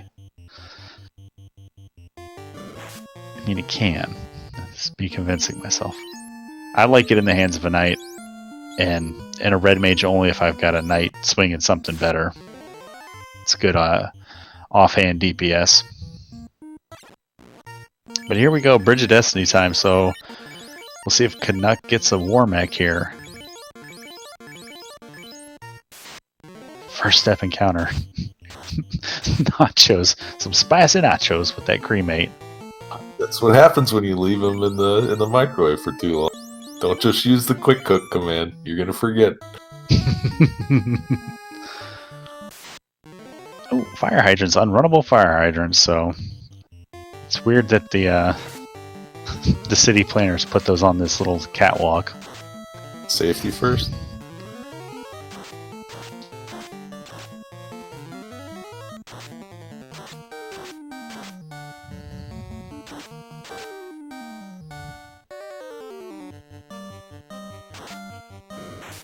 Alright, and Canuck still hasn't found any ribbons, but Darren has found one in Volcano and wiped on Carry, so he has that knowledge that there is a ribbon available for him, and there's a robot. Oh, you can see the wheels turning. It's decision time. And we're gonna so you can see that in the scene of that movie, the Red Mage sees the giant robot bearing down on him, looks at his spell books like, oh, I got some lightning and ice, rifles through his backpack, sees the Vorpal sword, looks at the giant robot, back at the sword, back at the robot, and says, "Now we got to get out of here," and runs away into the chamber of Tiamat, where we're gonna try melee strats. Interesting. Thought we would have leaned on that Brack and Bane, but no Bane, sir. Well, I think Bane was. We didn't buy it. No, we didn't buy it. No, I don't even see temper here. Oh boy. Going for the mute though, ineffective. Yeah, we are. We're doing our best here.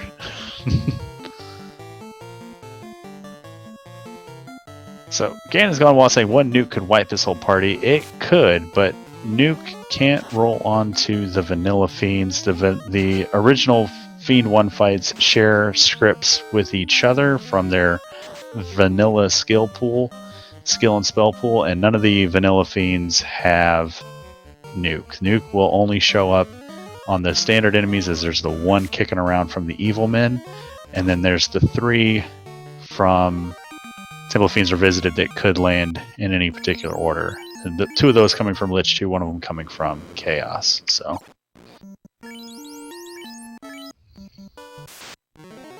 alright, but Canuck gets through, so lights his second orb here, 118. We are slowly getting there, but now that Canuck is in go mode, this might be a good time to just do a little bit of grinding, make the other bosses easy. Yep, but Darren back into Earth Cave. He knows about the Gur Sharks and Big Eyes.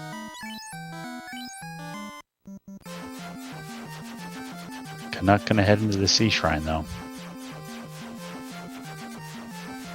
And Darren in Go mode gonna skip out on all the boxes in Earth. We know that there's not anything here except maybe in that far right box that Darren's gonna walk right by too. Can you imagine if that's the TNT in there?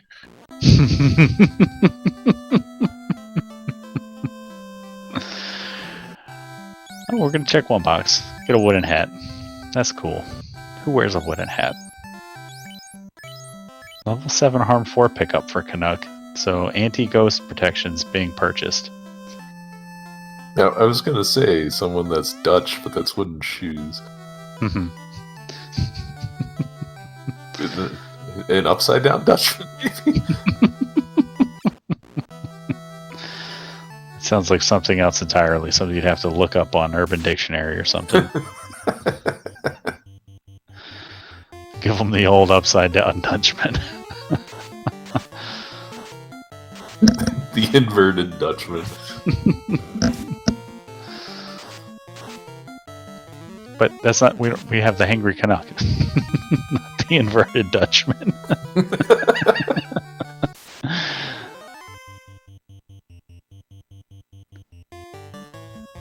Remind me to join some races as the inverted Dutchman if I ever have to change ISP.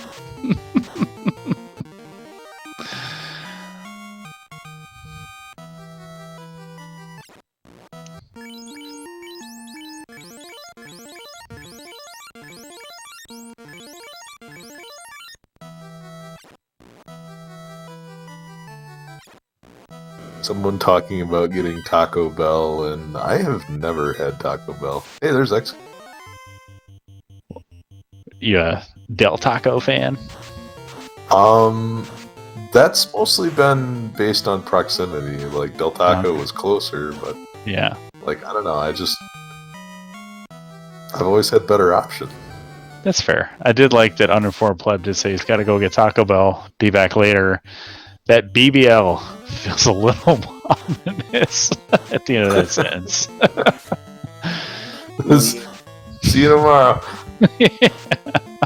Have fun in recovery. I don't mind Taco Bell. It's fine. It's one of those things like I need to like be craving it or have seen a bunch of commercials for it because I'm a level 7 susceptible when it comes to advertising. On Discord they have those little sayings when new people join servers, and a couple folks have been joining the Discord server. So if you're out there watching this, you should totally join the Discord server if you haven't. And it said so and so hopped in and they brought pizza, and I was just like, oh, I want pizza now, and I ended up buying pizza for dinner on Wednesday. Like, it's a problem. I'll see something on YouTube and it's just like ice cream sandwiches. It's just like, when I go to the store tomorrow, I'm going to be buying ice cream sandwiches. Because it's a problem. Yeah, pizza was always the problem I had growing up, and it's just the way it is in Buffalo was there's just a pizza joint on every corner.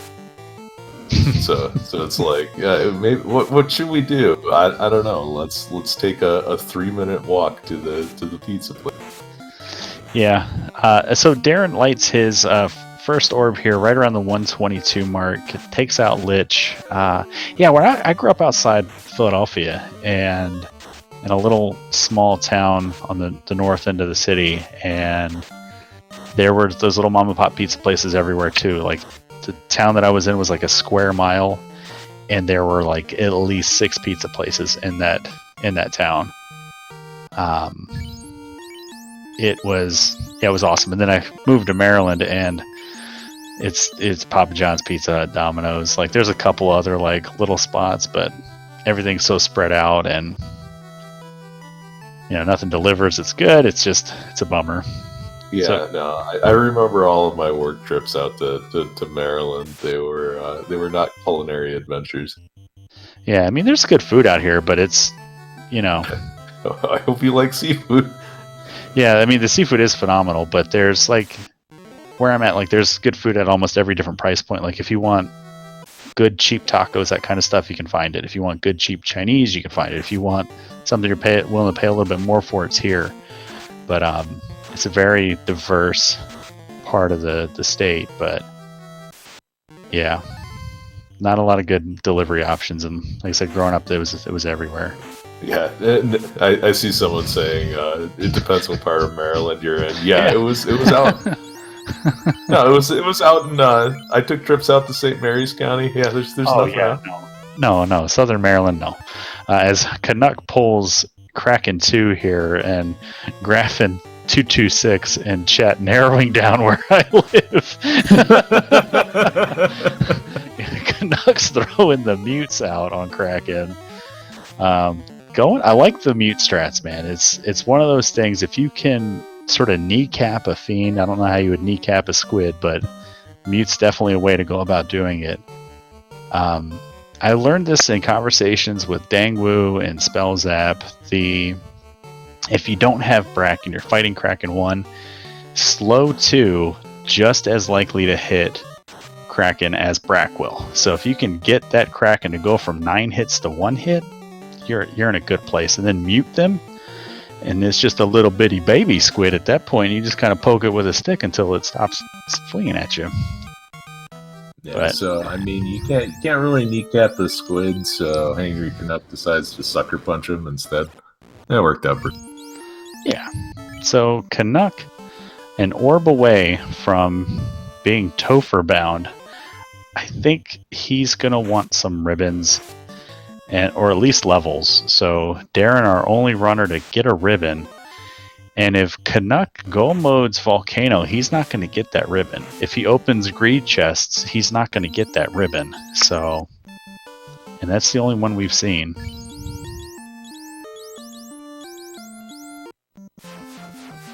The world's most uncomfortable go mode. It's the intent of these flags to make runners It's uncomfortable. uncomfortable. Yeah, no, I mean it's fine. The flags do a good enough job of that. They don't need the draft. Question from chat: can ribbons be in Temple of Fiends Revisited? Absolutely. Will Bloodworth has seen like at least 3 ribbons in his validation checks. And will our runners check any other boxes in Topher? Probably not. But there's those 2 that they might for sure. I have definitely found Mazmune in Temple of Fiends as well. So yeah, anything that is not an incentive item. Fair. Yeah, any incentive or key item won't be in there. And there's the damage poison rolling through. Much better rolls here. All of Darindrise's people stay up, swinging that Sun Sword. 6 hits, 720. That's much better. Yeah, but 720 means he was nowhere close on that last attempt. No. And 635. So Darren lights his second orb as Canuck, continuing to demonstrate the flying skills that he picked up in the Aylmarkin School for airship landing. Just crashing that airship everywhere he goes. Did they hire the captain of the Exxon Valdez?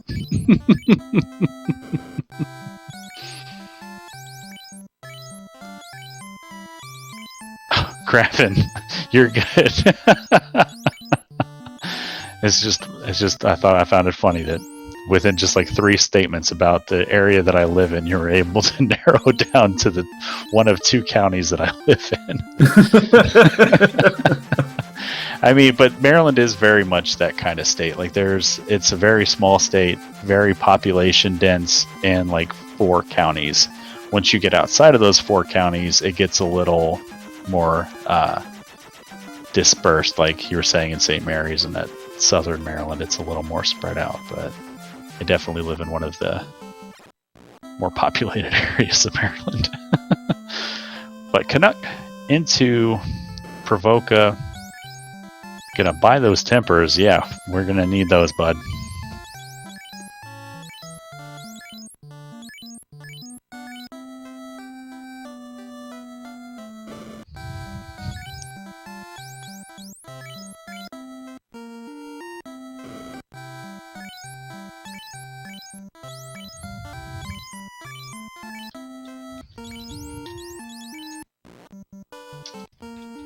Got the legendary blue steaks, those Pittsburgh rare steaks.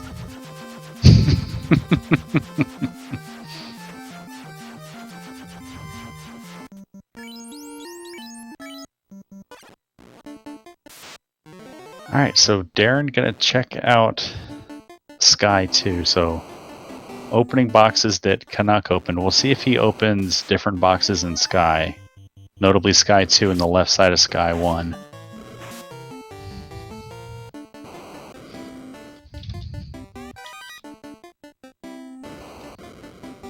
And we're gonna get an armory check, and Hangry is gonna be pretty disappointed. Yep.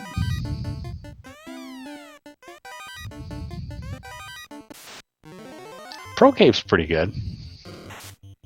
I mean, why not? It's one of the only mage equipable shields. That and the buckler for the red mage, the only shields mages can equip. So, and only 2 of them in the game, so always worth picking up at least one. Everyone, I mean, I say at least, I would pick up everyone that I found because I usually rock a pretty heavy mage party. They're even pretty good when your fighter just hasn't found a shield after opening like $70. Yeah, they could be good for it. I think thieves can equip them as well. Yeah, just black belt, not allowed to have capes. Yeah, no shields for the black belt.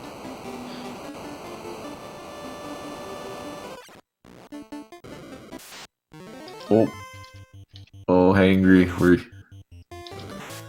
you were not ready for this.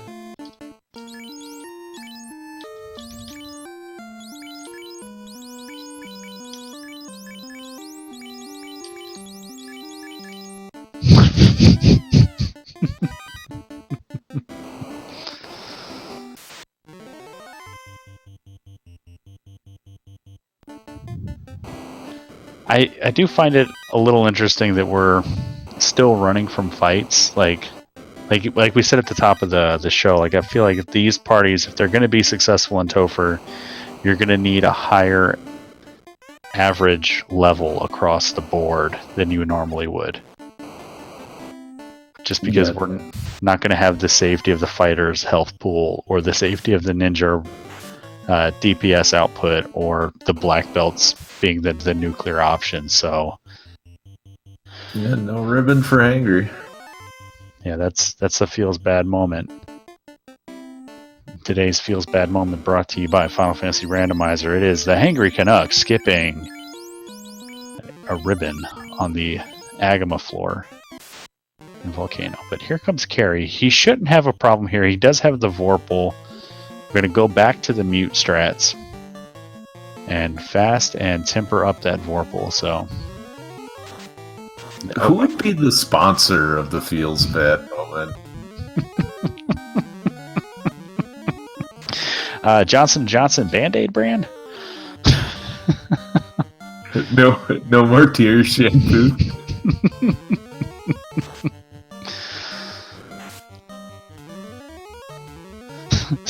Taco Bell.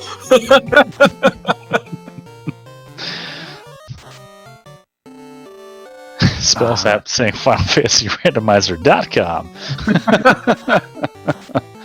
That moment brought to you by. Alright, so Darren warping back. This makes me think he's going to check left side Sky 1. So we'll see if Canuck missed anything here.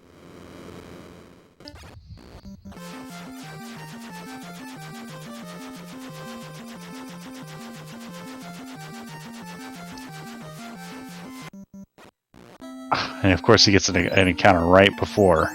We're going to see. And he's going to skip it too, so... Interesting that both of our runners skipping the same boxes. I wonder if Darren will hear Sky 3 and then double back. We know that will get him a Vorpal sword. And that's about it. Question from Simple Sarah. How many ribbons do we have? We have the one on Darren Dry's side that he found in the volcano. Canuck, as you can see, sort of bare bones equipment-wise, still rocking chain armor, doesn't have that power gauntlet equipped. It's just looking pretty desperate there gear-wise. Got decent spells.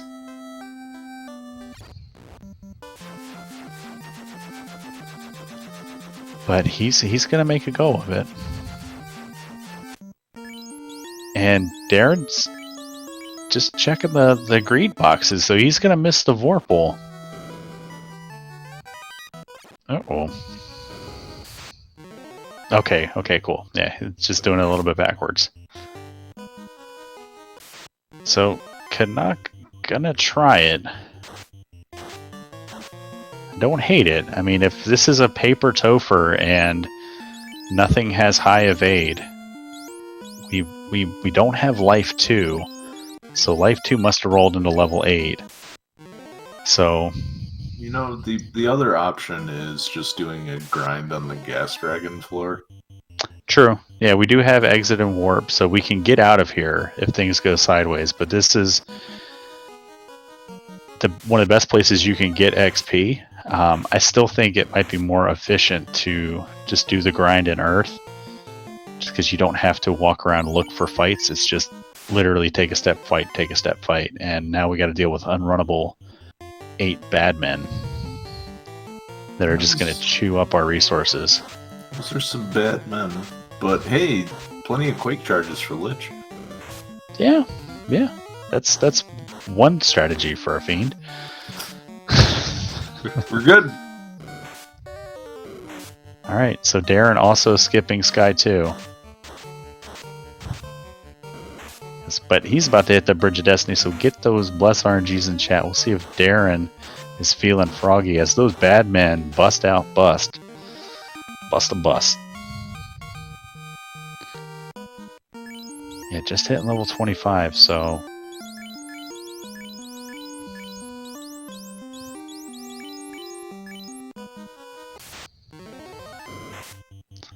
And getting ambushed by the Gasties. Nope.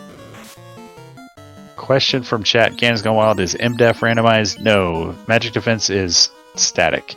Whatever they have in the vanilla game is what they will have in the randomizer. Oh no. There's those bad men again. Were they on the tile? Yeah. And Darren doesn't see the war mech, so gonna run right into Kraken, or I'm sorry, Tiamat here, and we're gonna fast up and defense. Okay, so we're going melee strats here. We're gonna wall. Who are we gonna wall? Edge. Yeah. Yeah. Alright. And Tia punches Edge. Yeah. Not enough to take you out, so. I just want to take a nap. I'll be on the sidelines. So Validation, Wooden Stick, and Ice Sword.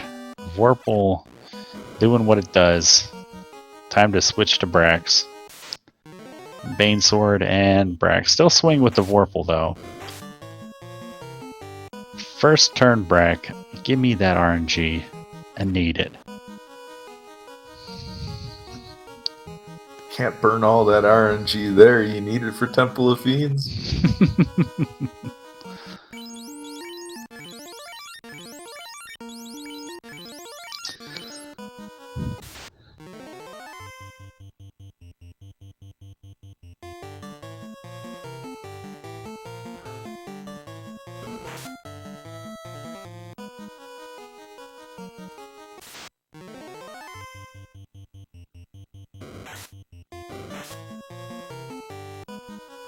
So, question from Shubinator. Hangry Canuck, they have the same gear with the exception that Darren has one ribbon to Canuck's 0, and Darren still has a Bane Sword, and Canuck sold that very early on. So, not great. And they've been orphaning a lot of chest dense locations such as Sky 2, left side of Sky 1, and Canuck scuffed most of Sea Shrine except the Sharknado room. Yeah, we haven't seen anything with respect to mermaids. So. Yeah, and here comes the Lich fight. We're doing Tempers and Harm 4s. It's a low roll for Harm 4. Do the cake. Oh, it's birthday time. Oh, Ice 3? Bold choice. Lich resisting the Ice element, but Ice 3 still does a decent amount of damage, but 60 is going to be chip damage, and Harm 4 takes out Lich 2, but Darren opening boxes that Canuck left behind, so this could swing an advantage to Darren if Topher's scary for Canuck.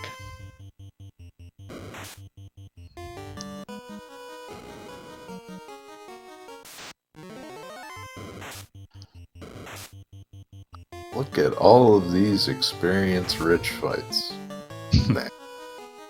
Yeah.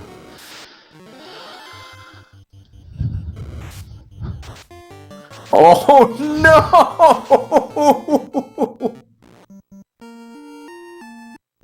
So, 4 for 4. Bane rolls in from the Agamas, and Canuck has to reevaluate his life choices here. He's like, I'm gonna buy that nuke. I want to buy that. I can't buy that nuke.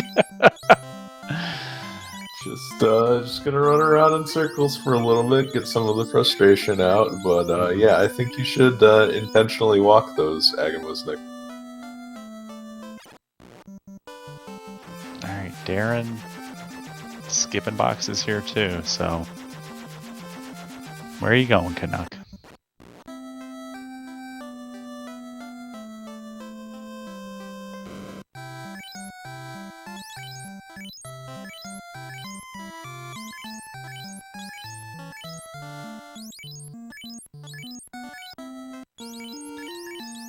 Yeah, picking up pro rings. You can move that other one. Alright.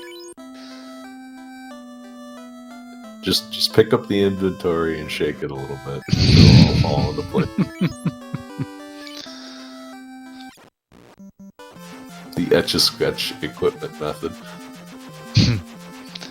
So he goes back for the pro rings, which is nice, but that will not help him against Bane. As pro rings only protect against the death element. That's your squints, your toxics, your quad X's. And Canuck says, I know what'll help. Magic defense. So he's going to go get some levels.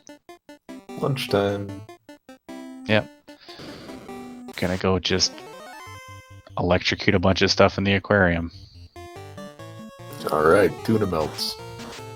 Behavior typically frowned upon in polite society, but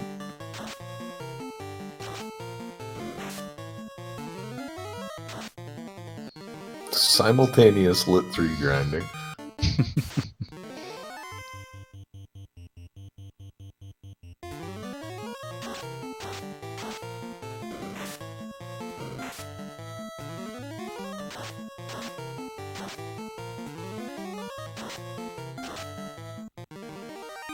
So it looks like levels are about the same, averaging 25 across the board.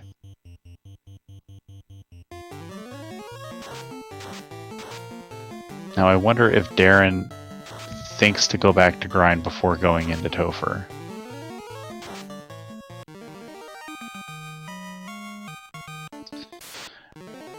I'm more fascinated by the running from fights and see, like, we know we need levels. Like, I mean, I get the sea troll, like, that's fine, but those sea snakes, that's good XP. And we're not going to be using Lightning 3 for our Kraken kill. We're going to be relying on either Brax or that Vorpal to get the job done. So, leaving a Fiend Dungeon with all those spell charges, you're basically leaving XP behind.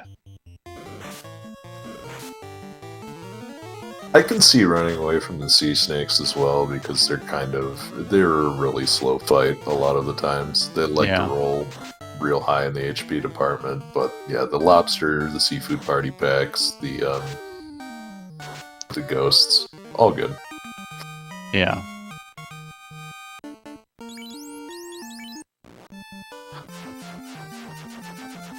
Dangwoo joining us in chat. Welcome, buddy. This is a pretty close race. Runners drafted Black Mage Rainbow and decided in the race room that if Nuke or Fade rolled between levels 1 and 4, that they were going to ignore it.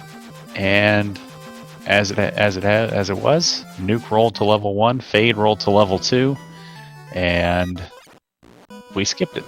So we have Lightning 3, we have Ice 3, we've got okay magic, but here comes Kraken. I mean, level 0 Nuke and Fade always feels pretty bad. Mm-hmm.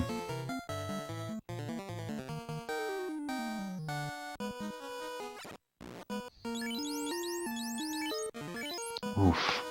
So 1 defense, not enough to help Dragon survive that Kraken punch, as he's now fast asleep, and it is time to throw out these Brax and just hope. Hope strats. It's the way I play the game, man. Maybe you'll get lucky. Just like that, you get lucky. So Darren lights his 4th orb here. Well, in a few steps, we'll light his 4th orb and gonna leave behind the mermaid. So we don't know where a lot of stuff is. We have a Vorpal and we have a ribbon. We have gold bracelets, pro rings, and a black shirt. We have a defense sword. Canuck has all of that except the Bane sword and the ribbon. This is not looking great. And Darren in the neighborhood, equip that power gauntlet. Equip it. You have a ribbon. Equip that power gauntlet.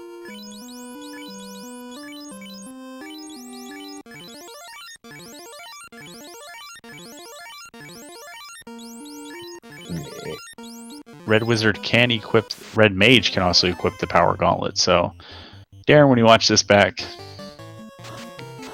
you'll know that.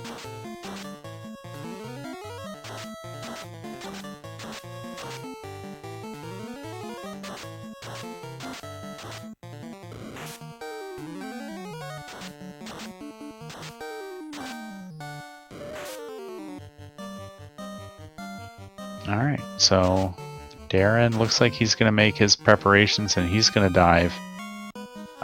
Question from Gan has gone wild. Yes, they have the defense sword. Both of our runners picked it up in the Northwest Castle key lock boxes.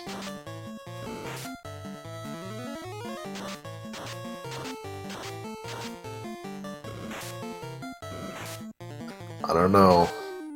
I think we are a little light here. This feels bad, man.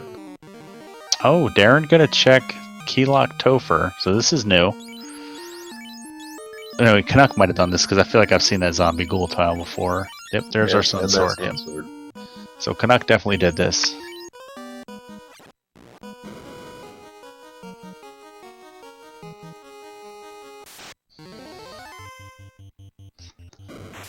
It looks like Canuck's in here off a different hard reset on a soft reset though, so may not see those Bane Agamas.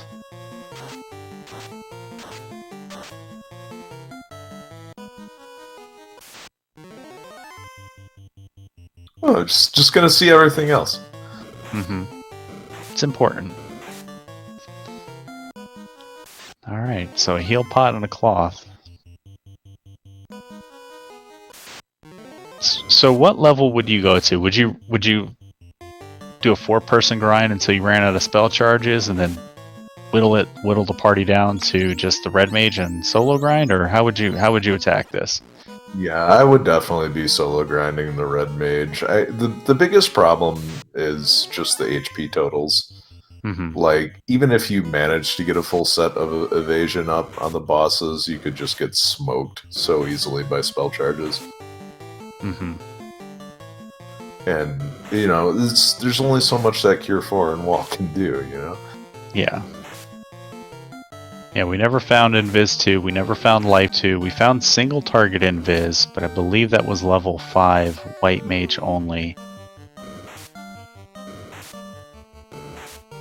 And even the bad men giving Darren some trouble here.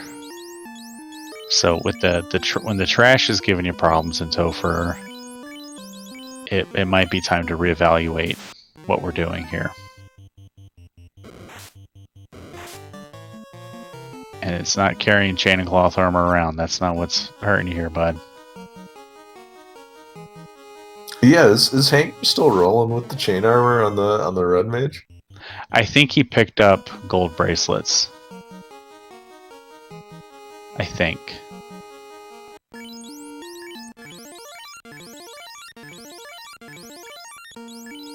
Darren gonna get the bad news that spike tile is not what he wanted to see.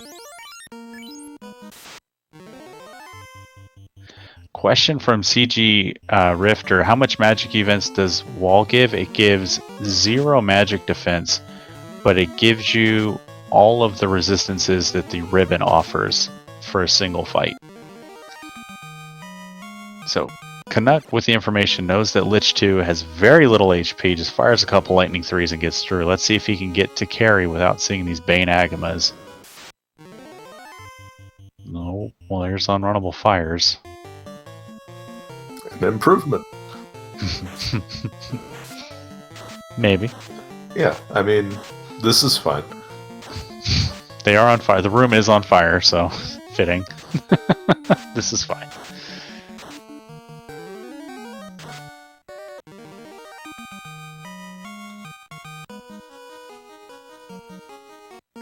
Alright, we avoided the Agamas this time.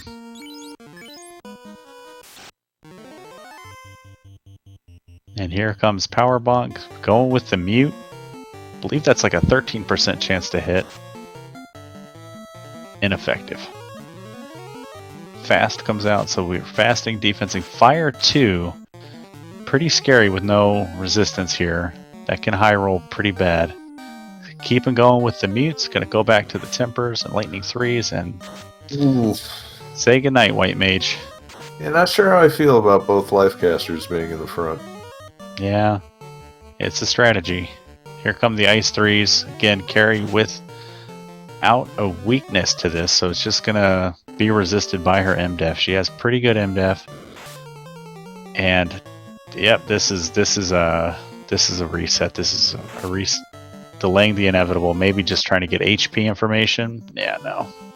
Yeah, good old PNR gets a DNR, and yeah, we're gonna be headed for some more grinding.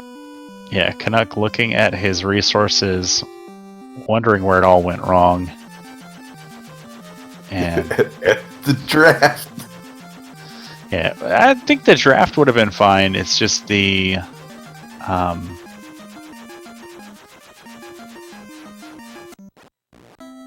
gentleman's agreement to no nuke or fade. Like, that would help them a lot here. They would have upwards of 27 nuke charges and 16 fade charges apiece. So that could carry the day.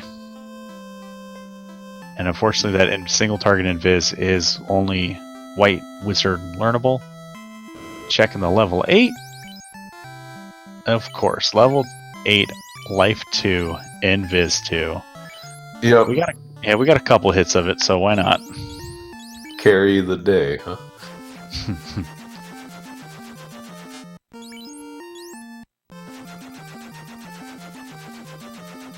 So Canuck strategy here, more resources, maybe that will make this better.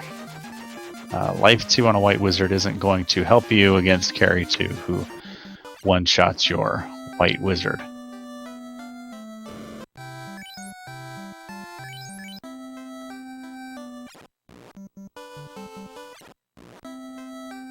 But here comes Darren, round in the corner, coming on to Lich 2. If he's swinging that Sun Sword, that'll be pretty good for Lich 2.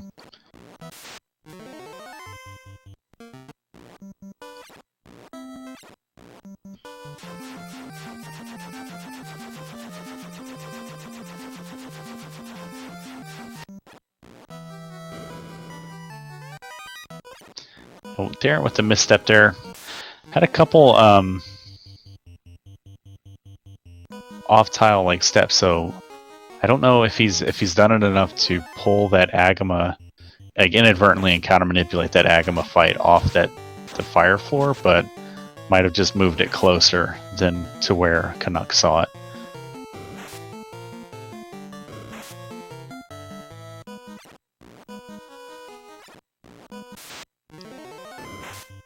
Yep, and down goes Lich 2 for Darren.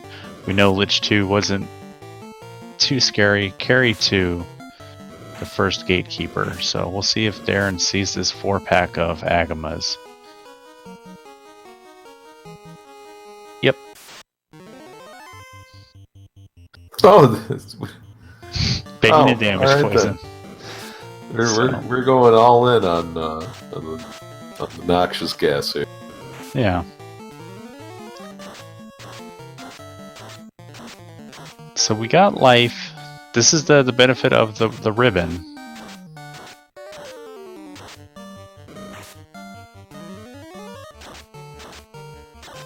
So we'll see how he does against this hard-hitting carry 2.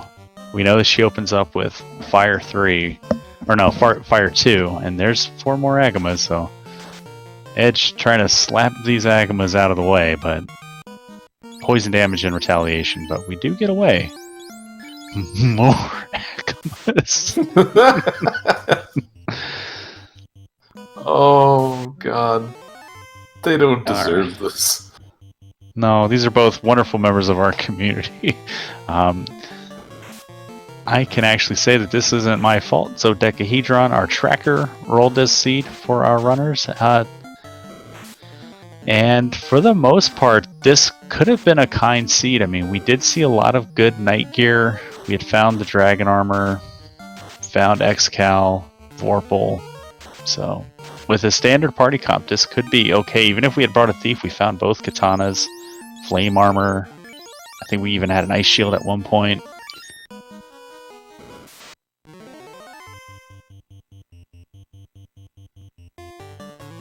Here we go. Pretty nice shield. Yeah. Gonna go with the mage stick, so defense sword, mage stick, temper. Fast. Good turn order there. Carry gives us the free round with the fire 2. Low rolls everyone without the ribbon on. I'm gonna throw some more tempers.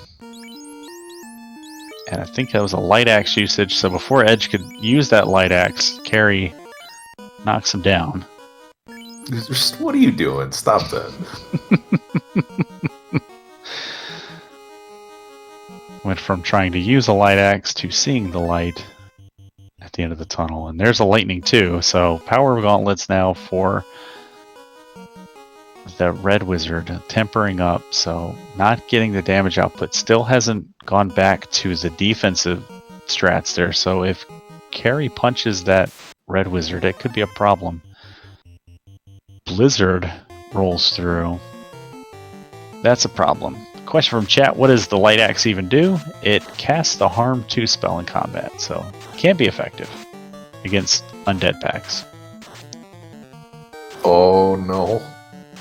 Carry using fast. That's a spooky scary.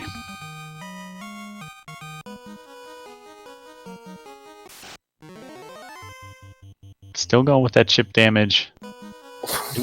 Canuck strats with the silver knife. Sun Sword swinging 4 hits 643, so we're putting in a lot of damage here. And we're going with the Brack, so 6.5% chance for Brack to hit. Ineffective. Another swing from that Sun Sword. 6 hits 858. Darren gets through 46 heal pots. Yeah, this is not feeling so good. These the resources are a little light. Yeah. I mean, we have a few hits of Cure 4 on. I don't like using the Cure 4 there. Use the Cure 2s. Yeah, don't use Cure 4 to heal up Hunter damage. But gonna keep that Black Mage down until we get to the Kraken fight, probably. And Canuck hits the Unrunnable Fires. Darren, good turn order there. However, cost himself some encounter steps by not walking along the bottom of that room. If you walk along the walls that have doors associated with them, it does not progress the encounter table. So we could see him take an unnecessary fight here on this floor. Or later in the sky floor if he gets through this.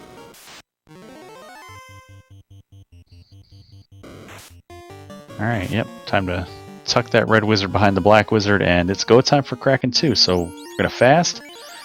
Immediately defense. We're going to wall up. Yeah, the white mage is a smart move. And then start dumping tempers into that sun sword. It's Canuck onto carry 2. Slow 2 comes out from Kraken, so that's a free round.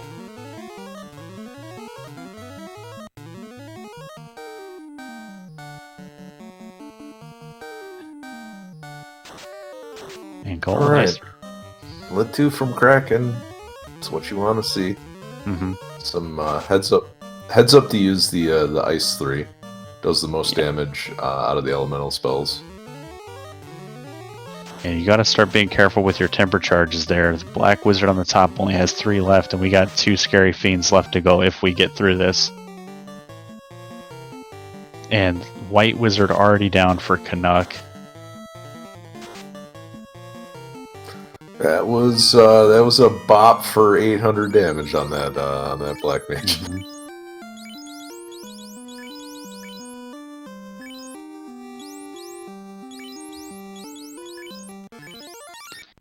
That's respectable damage. 6 hits, 318. Kraken missing that evasion capped red wizard. We're gonna dump another temper into it. That leaves Edge with 3 temper charges as Canuck is through and on the Kraken floor. We're down to just the red and white, and here comes the zap. Oh no, that could be real bad for Canuck. Mm-hmm. 6 hits, 396. So we keep this party healthy. Damage should carry. Yep, there's the Sun Sword getting it done. Darren through carry or Kraken here as Canuck pulls Kraken. Going for extra strats. And down goes the white mage again. First life caster. Yeah, we need some evasion here. Nope. We need a Hail Mary. Canuck going with Brack strat. It can work. 6.5%. And no, the only thing that is broken right now is every bone in that black mage's body. And that black mage's body. And that red mage's body. Oh, so Canuck taking a nasty wipe there on Kraken 2, just not getting through it without his ribbon or evasion strats here, and Darren onto Tiamat. Tiamat can be scary, can punch pretty hard, not usually going to punch as hard as Kraken, So evasion cap might not be an immediate priority. Maybe just 2 bumps on that defense sword. Any of the fiends at this point, I mean, even from carry onward, has the potential to one-shot a mage. So Yeah, it's just the tornado is not what you like to see, but those were some real low rolls on it. yeah. And we're gonna check spike tiles in the Hall of Giants here for Canuck. Gets a sentry and iron goals. It's a shame we don't have Fade and Nuke, because this would be a real good grind. But Lightning 3 will do some work. If we had Zap, Zap would do some work here.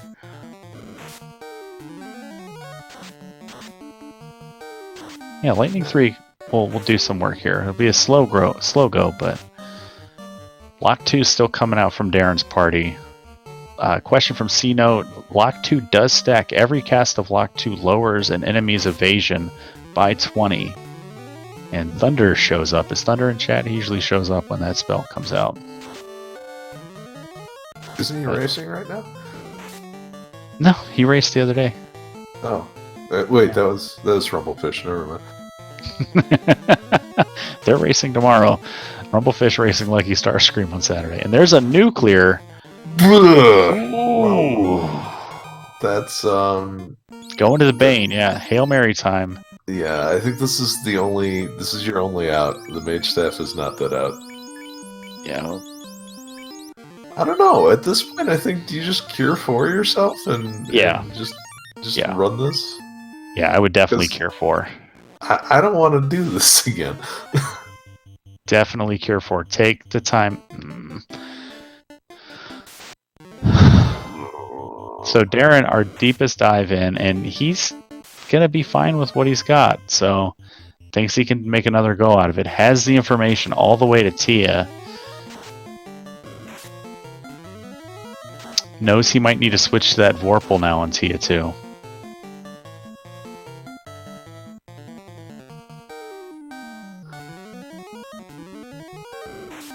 I got to agree with Will Bloodworth in chat.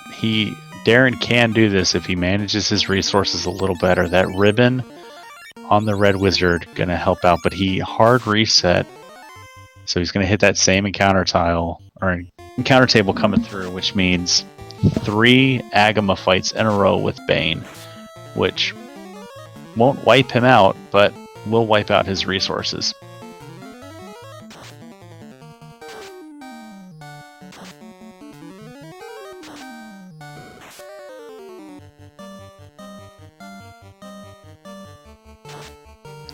So what do you like for Canuck here? The Iron Goal or that Gershark Big Eye? I still like Gershark Big Eye. Honestly, you don't have Fade or Nuke to make the Iron Goal fight faster. Mm-hmm. And Big Eyes are just experienced pinatas anyway. You can finish it in 1 round. Yeah. So I didn't see what level he got to here, but he's gonna has another little. Okay, we're gonna go do some more preparations here. For a second, I thought we were going to pop. Where is Canuck going? Is he gonna go do mermaids? Ooh, I like it. I like it. The cheeky play can be rewarded for this. Yeah, he can get decent XP walking down there. If he finds a ribbon here, that could help him. If he finds Masa down here, that definitely will help him.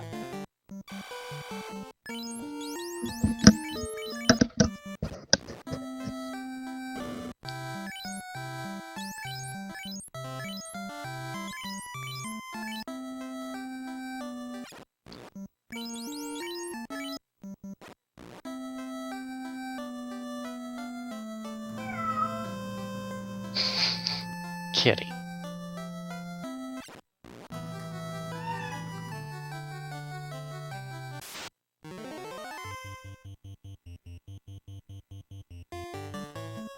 So yeah, my cat is wondering why we don't have a level 40 red mage yet.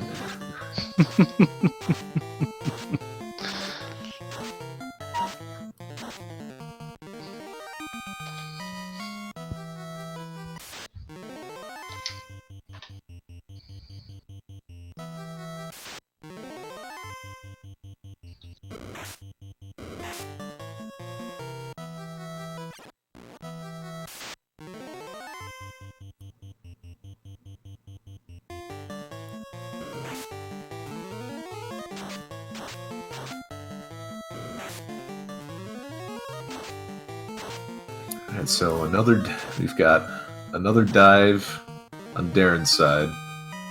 We've got the mermaid check in progress on Hangry's side.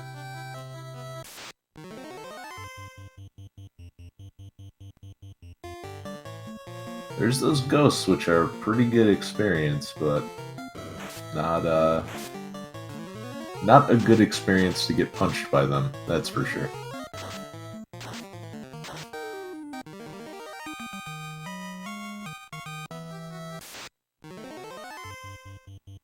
Oh, this is kind of a slow rundown.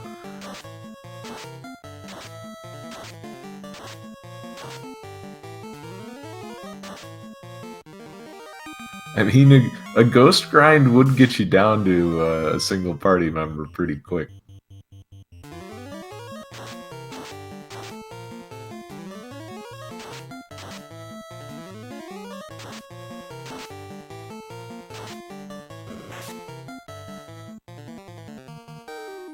How about a lich grind? Seemed easy enough.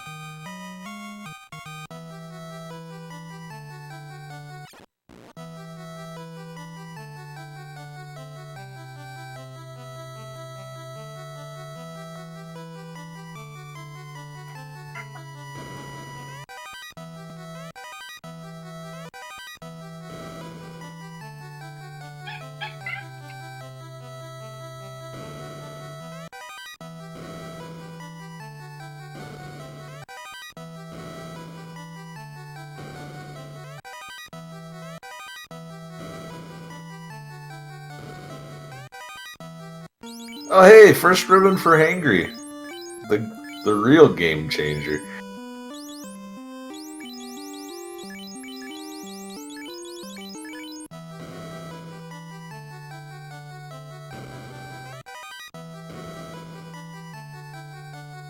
Yeah, the cat just sat in front of my monitor until I gave her lap space.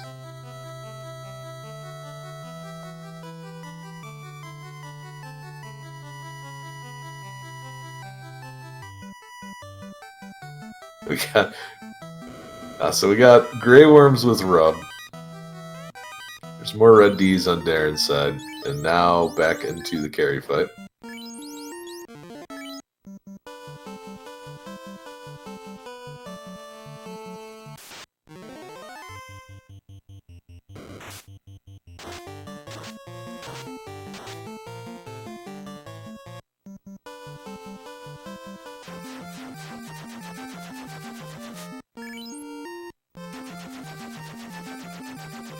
Alright, so Hangry not finding the Mazmune still, but I mean, ribbons are pretty good, right?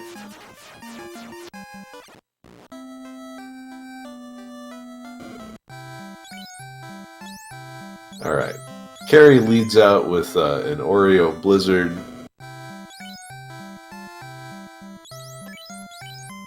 Yeah, we have no idea what the chests are on the carry floor. There's 4 chests there, and I know you don't want to see the Bane Agamas, but 2 of them don't take very long to get to.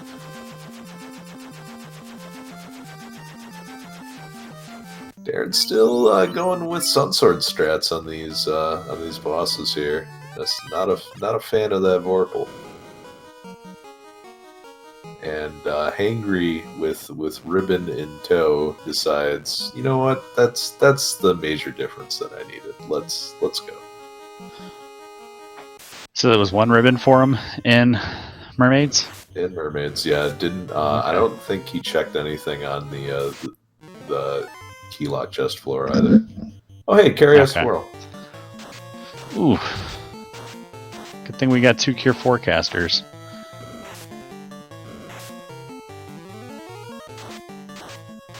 Take that, you nerd. I'll give you a swirly.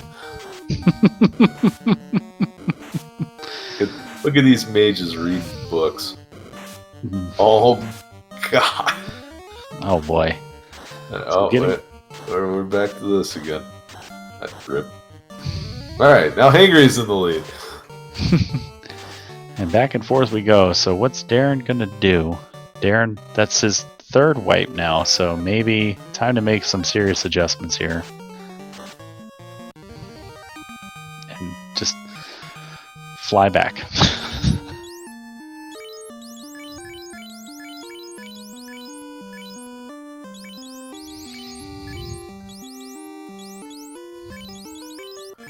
So the first person to enter Topher was Hangry at 134, and yeah, we have just been I don't know, we've been playing Topher tennis for a while. Just getting aced by Carrie and Kraken to playing doubles. It's no fair. He's got 8 rackets. You ever play ping pong against or tennis against a wall? He is relentless.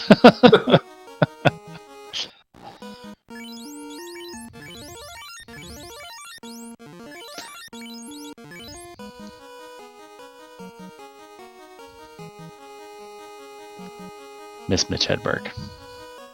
Big same. Yeah. All right. Here comes, and I thought for a second we're just going to show Lich 2 this sweet dragon sword that we found, but nope, going to instead hit him with our sparkle gauntlets. Just dragging it out to show, huh? Mm-hmm. It's all sparkly and spindly.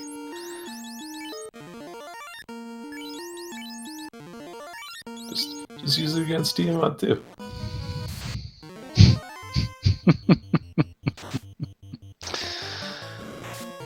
Fault, saying I used to Mitch Hedberg. I still do, but I used to too.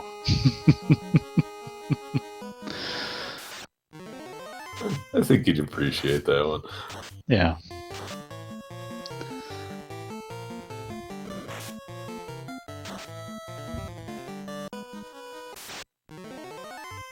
Nothing goes well with the sparkle gauntlets quite like a professional cape.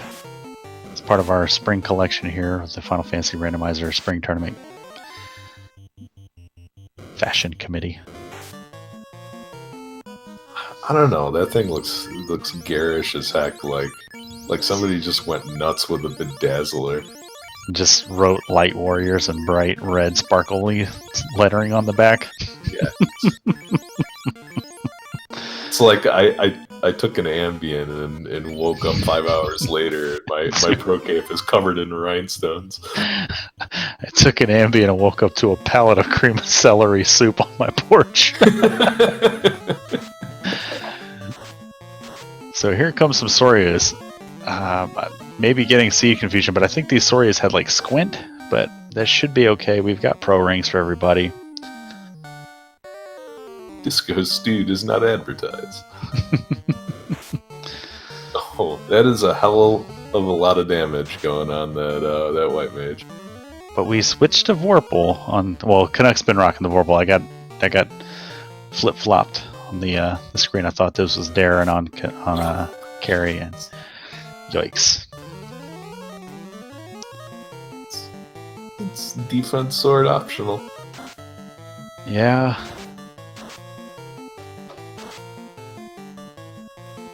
I mean, we're in theory going to get through.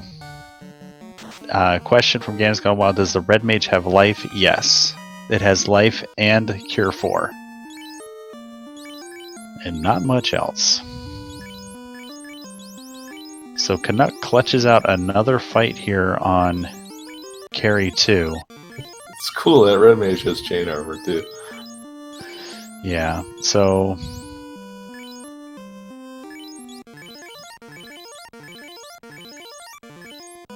doesn't feel great.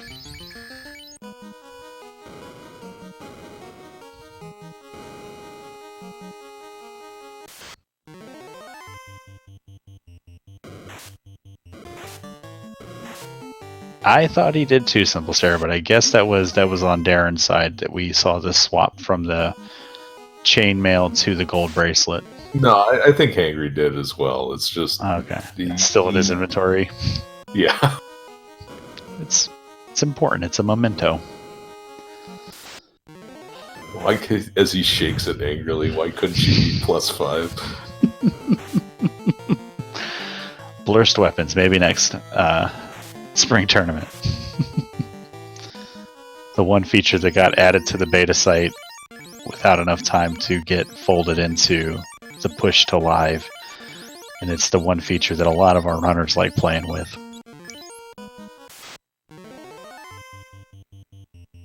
Would have definitely made this tournament a lot more interesting. But here comes Kraken 2, once again for the Canuck. Opening up with Brax right away. Kraken says, "Don't do that. I'm gonna punch PNR," and punches PNR. X for hits. So okay.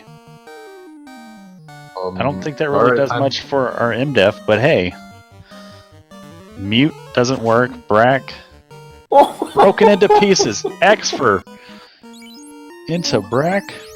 What? So both of those hitting on a 200 MDef Kraken. So back to back 6.5%. Canuck is through.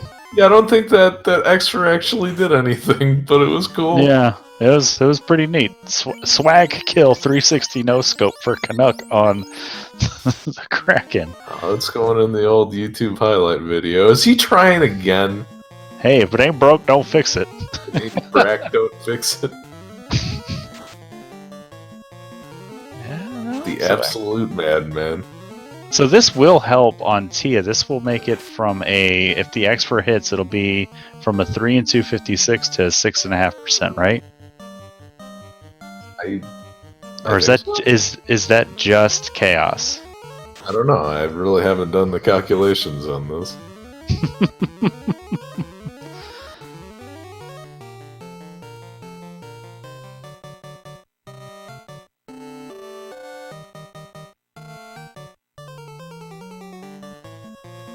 All right, we're making an adjustment though, so it's time to put the goofy strats to bed and take this Tia fight a little seriously. And I think he's encouraged to do so by the fact that Tia's punching and not killing anyone, so we can take this fight a little bit more deliberately. Yeah, until the nuclear comes out. Yeah, but we don't know that yet. So Vorpal comes in 6 hits, so we're getting some hits. Tia's still rocking some evade, so we can still benefit from locks and lock 2s, but we got to be careful with the single level locks because they share with temper. And there's the low of the Vorpal, 6 hits, 6 damage, but yikes.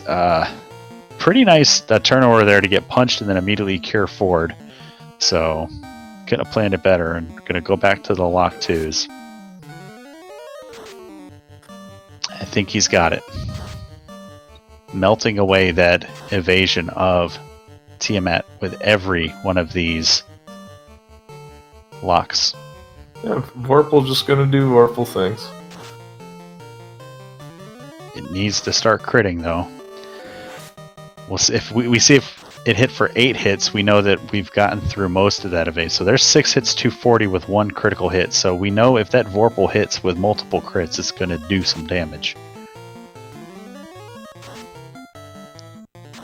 Ice 3's rolling in. We get a free ink, so we know bad stuff's coming.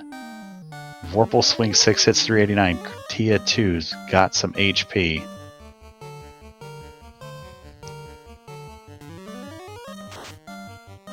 Ice 3's rolling in. Down goes Darren. Darren clutches out a win over Carry 2 with just his red mage, and there's the Tornado. Yeah, Tornado not hitting very hard, and hey, we're through. Yeah, we're through. Everything is feeling possible when you can X for Brack back-to-back 6.5% chances on Kraken 2. That's a blessed run. So, and I think Canuck knows that he has to take down Chaos here. He can't afford another wipe, because that was improbable to get through Kraken 2 the way that he did, and he can't bank on that sort of luck. But here comes Darren, going old-fashioned.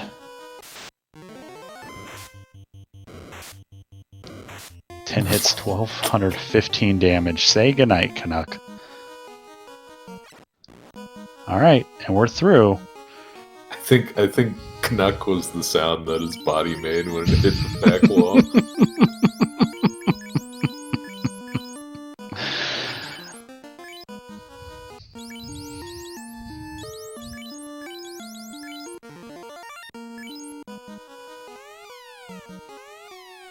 Alright, here comes Canuck on Chaos. Alright, Darren is down to solo red mage strat.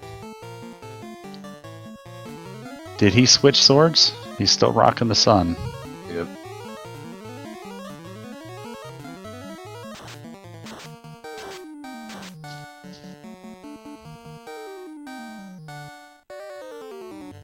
And we're just going to see Expert come out.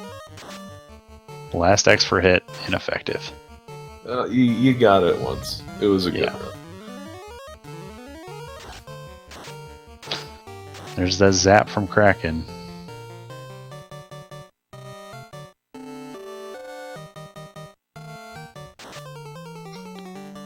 Vorpal's swinging doing damage, so 3 hits, 184. We could get through this Chaos if he doesn't have anything. Like a nuke comes out, we could be in a...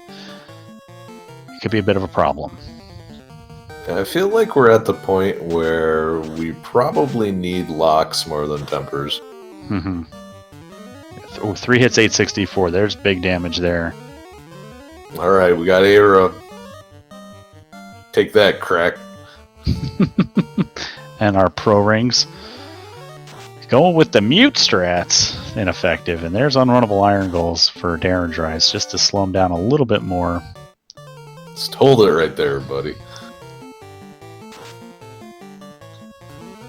2 hits, 203. So we're getting in solid damage. As long as we don't see Cure 4 or anything nasty coming from Chaos, could be okay. Watching out for nukes, nuclears. Could be a problem. Lock 2 is going to help out a lot. That's it as far as the evasion reduction.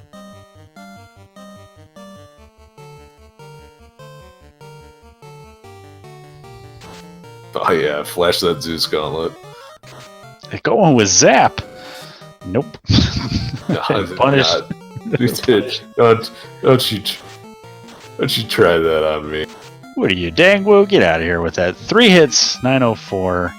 Canuck takes down Chaos. Get those GGs out in chat. Clutched it out.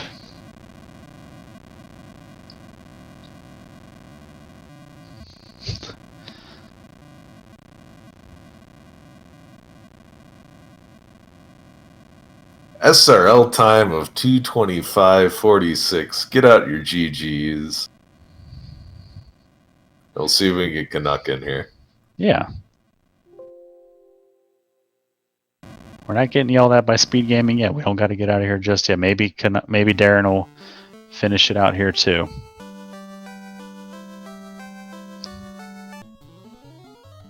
Hey, GG, Canuck. Wow, I was like, that Kraken's like, oh my word.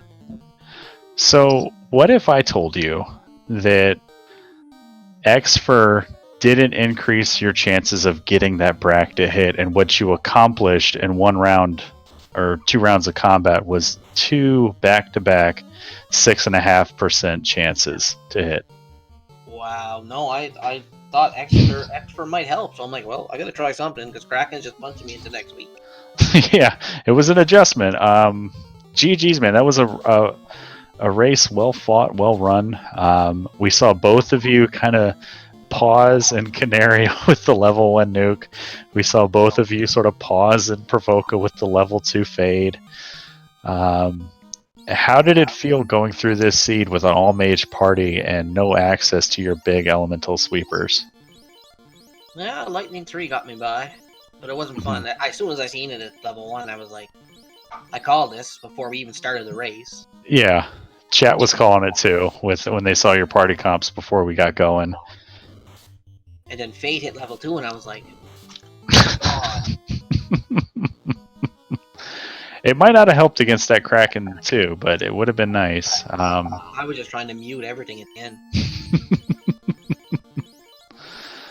But here comes Darren getting ready to pull his chaos for the first time, so we didn't see anything too scary on him. So, No, he those Agamas with Bane was pretty cool though.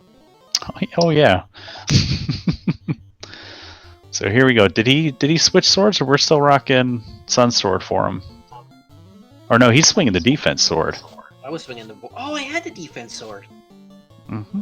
Crap! Now that you think about it, I was going to ask you if you were allergic to it or something. I just forgot I had it. I'm not gonna lie. Yeah, he didn't like using it. We're like, you got to get the Vade cap. No, it's alright. 6% of the time it works out. Yeah. All right.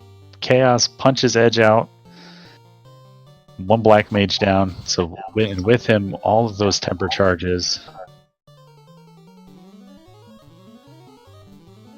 Defense and tempers. We're at a Vade cap. Time to power bonk. And there goes Canuck. It's just me and Dragon hanging out. Canuck. Chunk chunk. Still here? Yeah. And here comes the first swing with that fast. There we go. 4-hit 757 defense sword doing some work. We know this cast had a bunch of life. 4 hits 488. Mage stick fires off. Stun not going to do anything. So we never found Massa Eater then. No sign of Massa. You guys ironically skipped a lot of the same boxes in Sky. Darren did do a full clear of Volcano and took a carry 1 wipe early, which gave you an early lead, but he did find a ribbon on the Agama floor. And there's a nuclear, so we're in a very precarious situation here with darindrise. Very low health. Anything comes out, another non-elemental sweeper, but defense sword's going to take him down. So GG. And we got darindrise in the booth already, man. GG's, man. Thanks. That was something else. Yeah. So I asked Canuck. You saw Nuke at level 1. What went through your mind? I just kind of went, of course, this is the seed that we decided not to take Nuke or Fade, and they were going to be level 1 and level 2. What about when you saw Fade at level 2? Yeah, I laughed for a little bit, and I went, hey, you know what? That's okay. This is all for fun anyways. Yeah, so I'm glad to see you guys had fun with it. Drafted into an interesting party comp that I don't think we've seen. I haven't seen this party comp get drafted yet this tournament. I'm sure it might have been. We've had over 200 races, but what was your strategy when you ended up with this party, Darren? What was your game plan before you started the seed?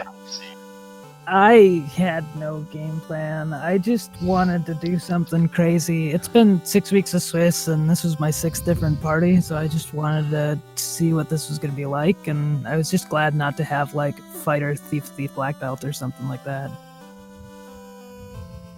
Yeah. Yeah, I gotta ask you, what made you go with the red mage for that last pick there?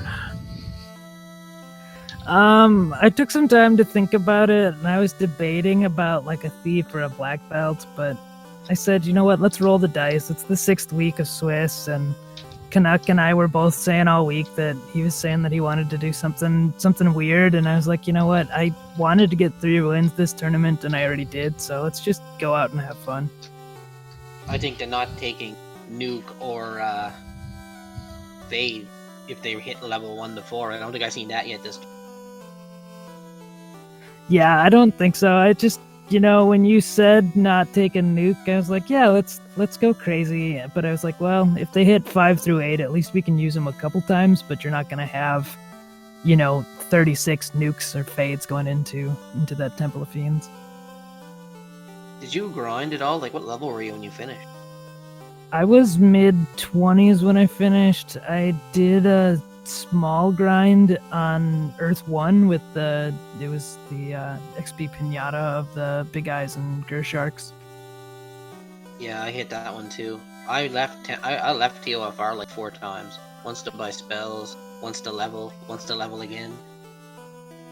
I debated before that last time in of like I started to fly away and then I went back in and I was like, well, I'll get levels on the way. And if I had gotten to Tiamat my first time in and accidentally cast Ruse instead of Cure on my red mage, and Tiamat went and took him down. So I knew that there was a good chance I could get through.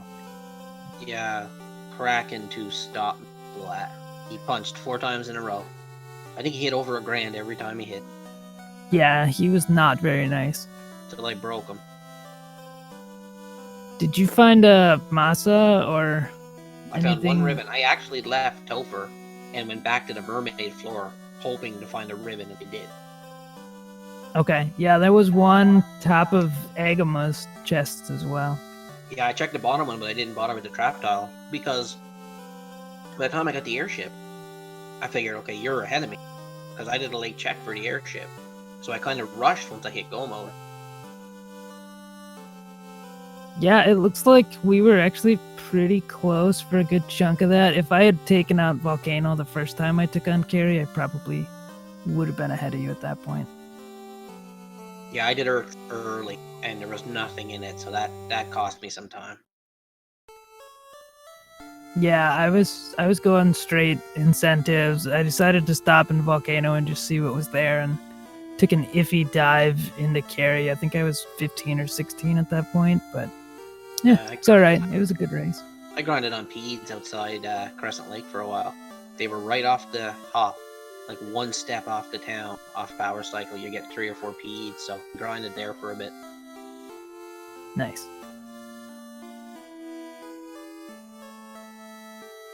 But yeah, well, GG, Darren. Good luck next week in the bloodbath that's going to happen, and maybe we'll be racing against each other again. Yeah, hopefully I'll make it through, and I'll see you in the play-in race. All right, thanks both for coming in for interviews. I'm going to turn this back over to Speed Gaming pretty quick since we had a bit of a long one here. So thank you again both for doing the interview. Thanks for doing Column's Edge, and same to Rafe, but he's already gone, or Caleb, I guess. Yeah, Caleb's gotta go do multi shifts today, so he's already hopped off. But he sends his regards to both. Yeah, I saw. Thanks, though, for tracking, bud. Yeah, thanks, Dodecahedron. I know you've done like 3 races in 4 days, so thanks for jumping in and tracking. And Edge, thanks for comms. And yeah, anybody who's interested in the game, come on out. There's tournaments all year, and they're a ton of fun. All right, currently going on Speed Gaming 3, we've got Shadow Walker versus Elastoid in another 4-1 matchup, and then Danny versus Devios an hour after that, and High Spirits versus Wildham. So lots of action tonight.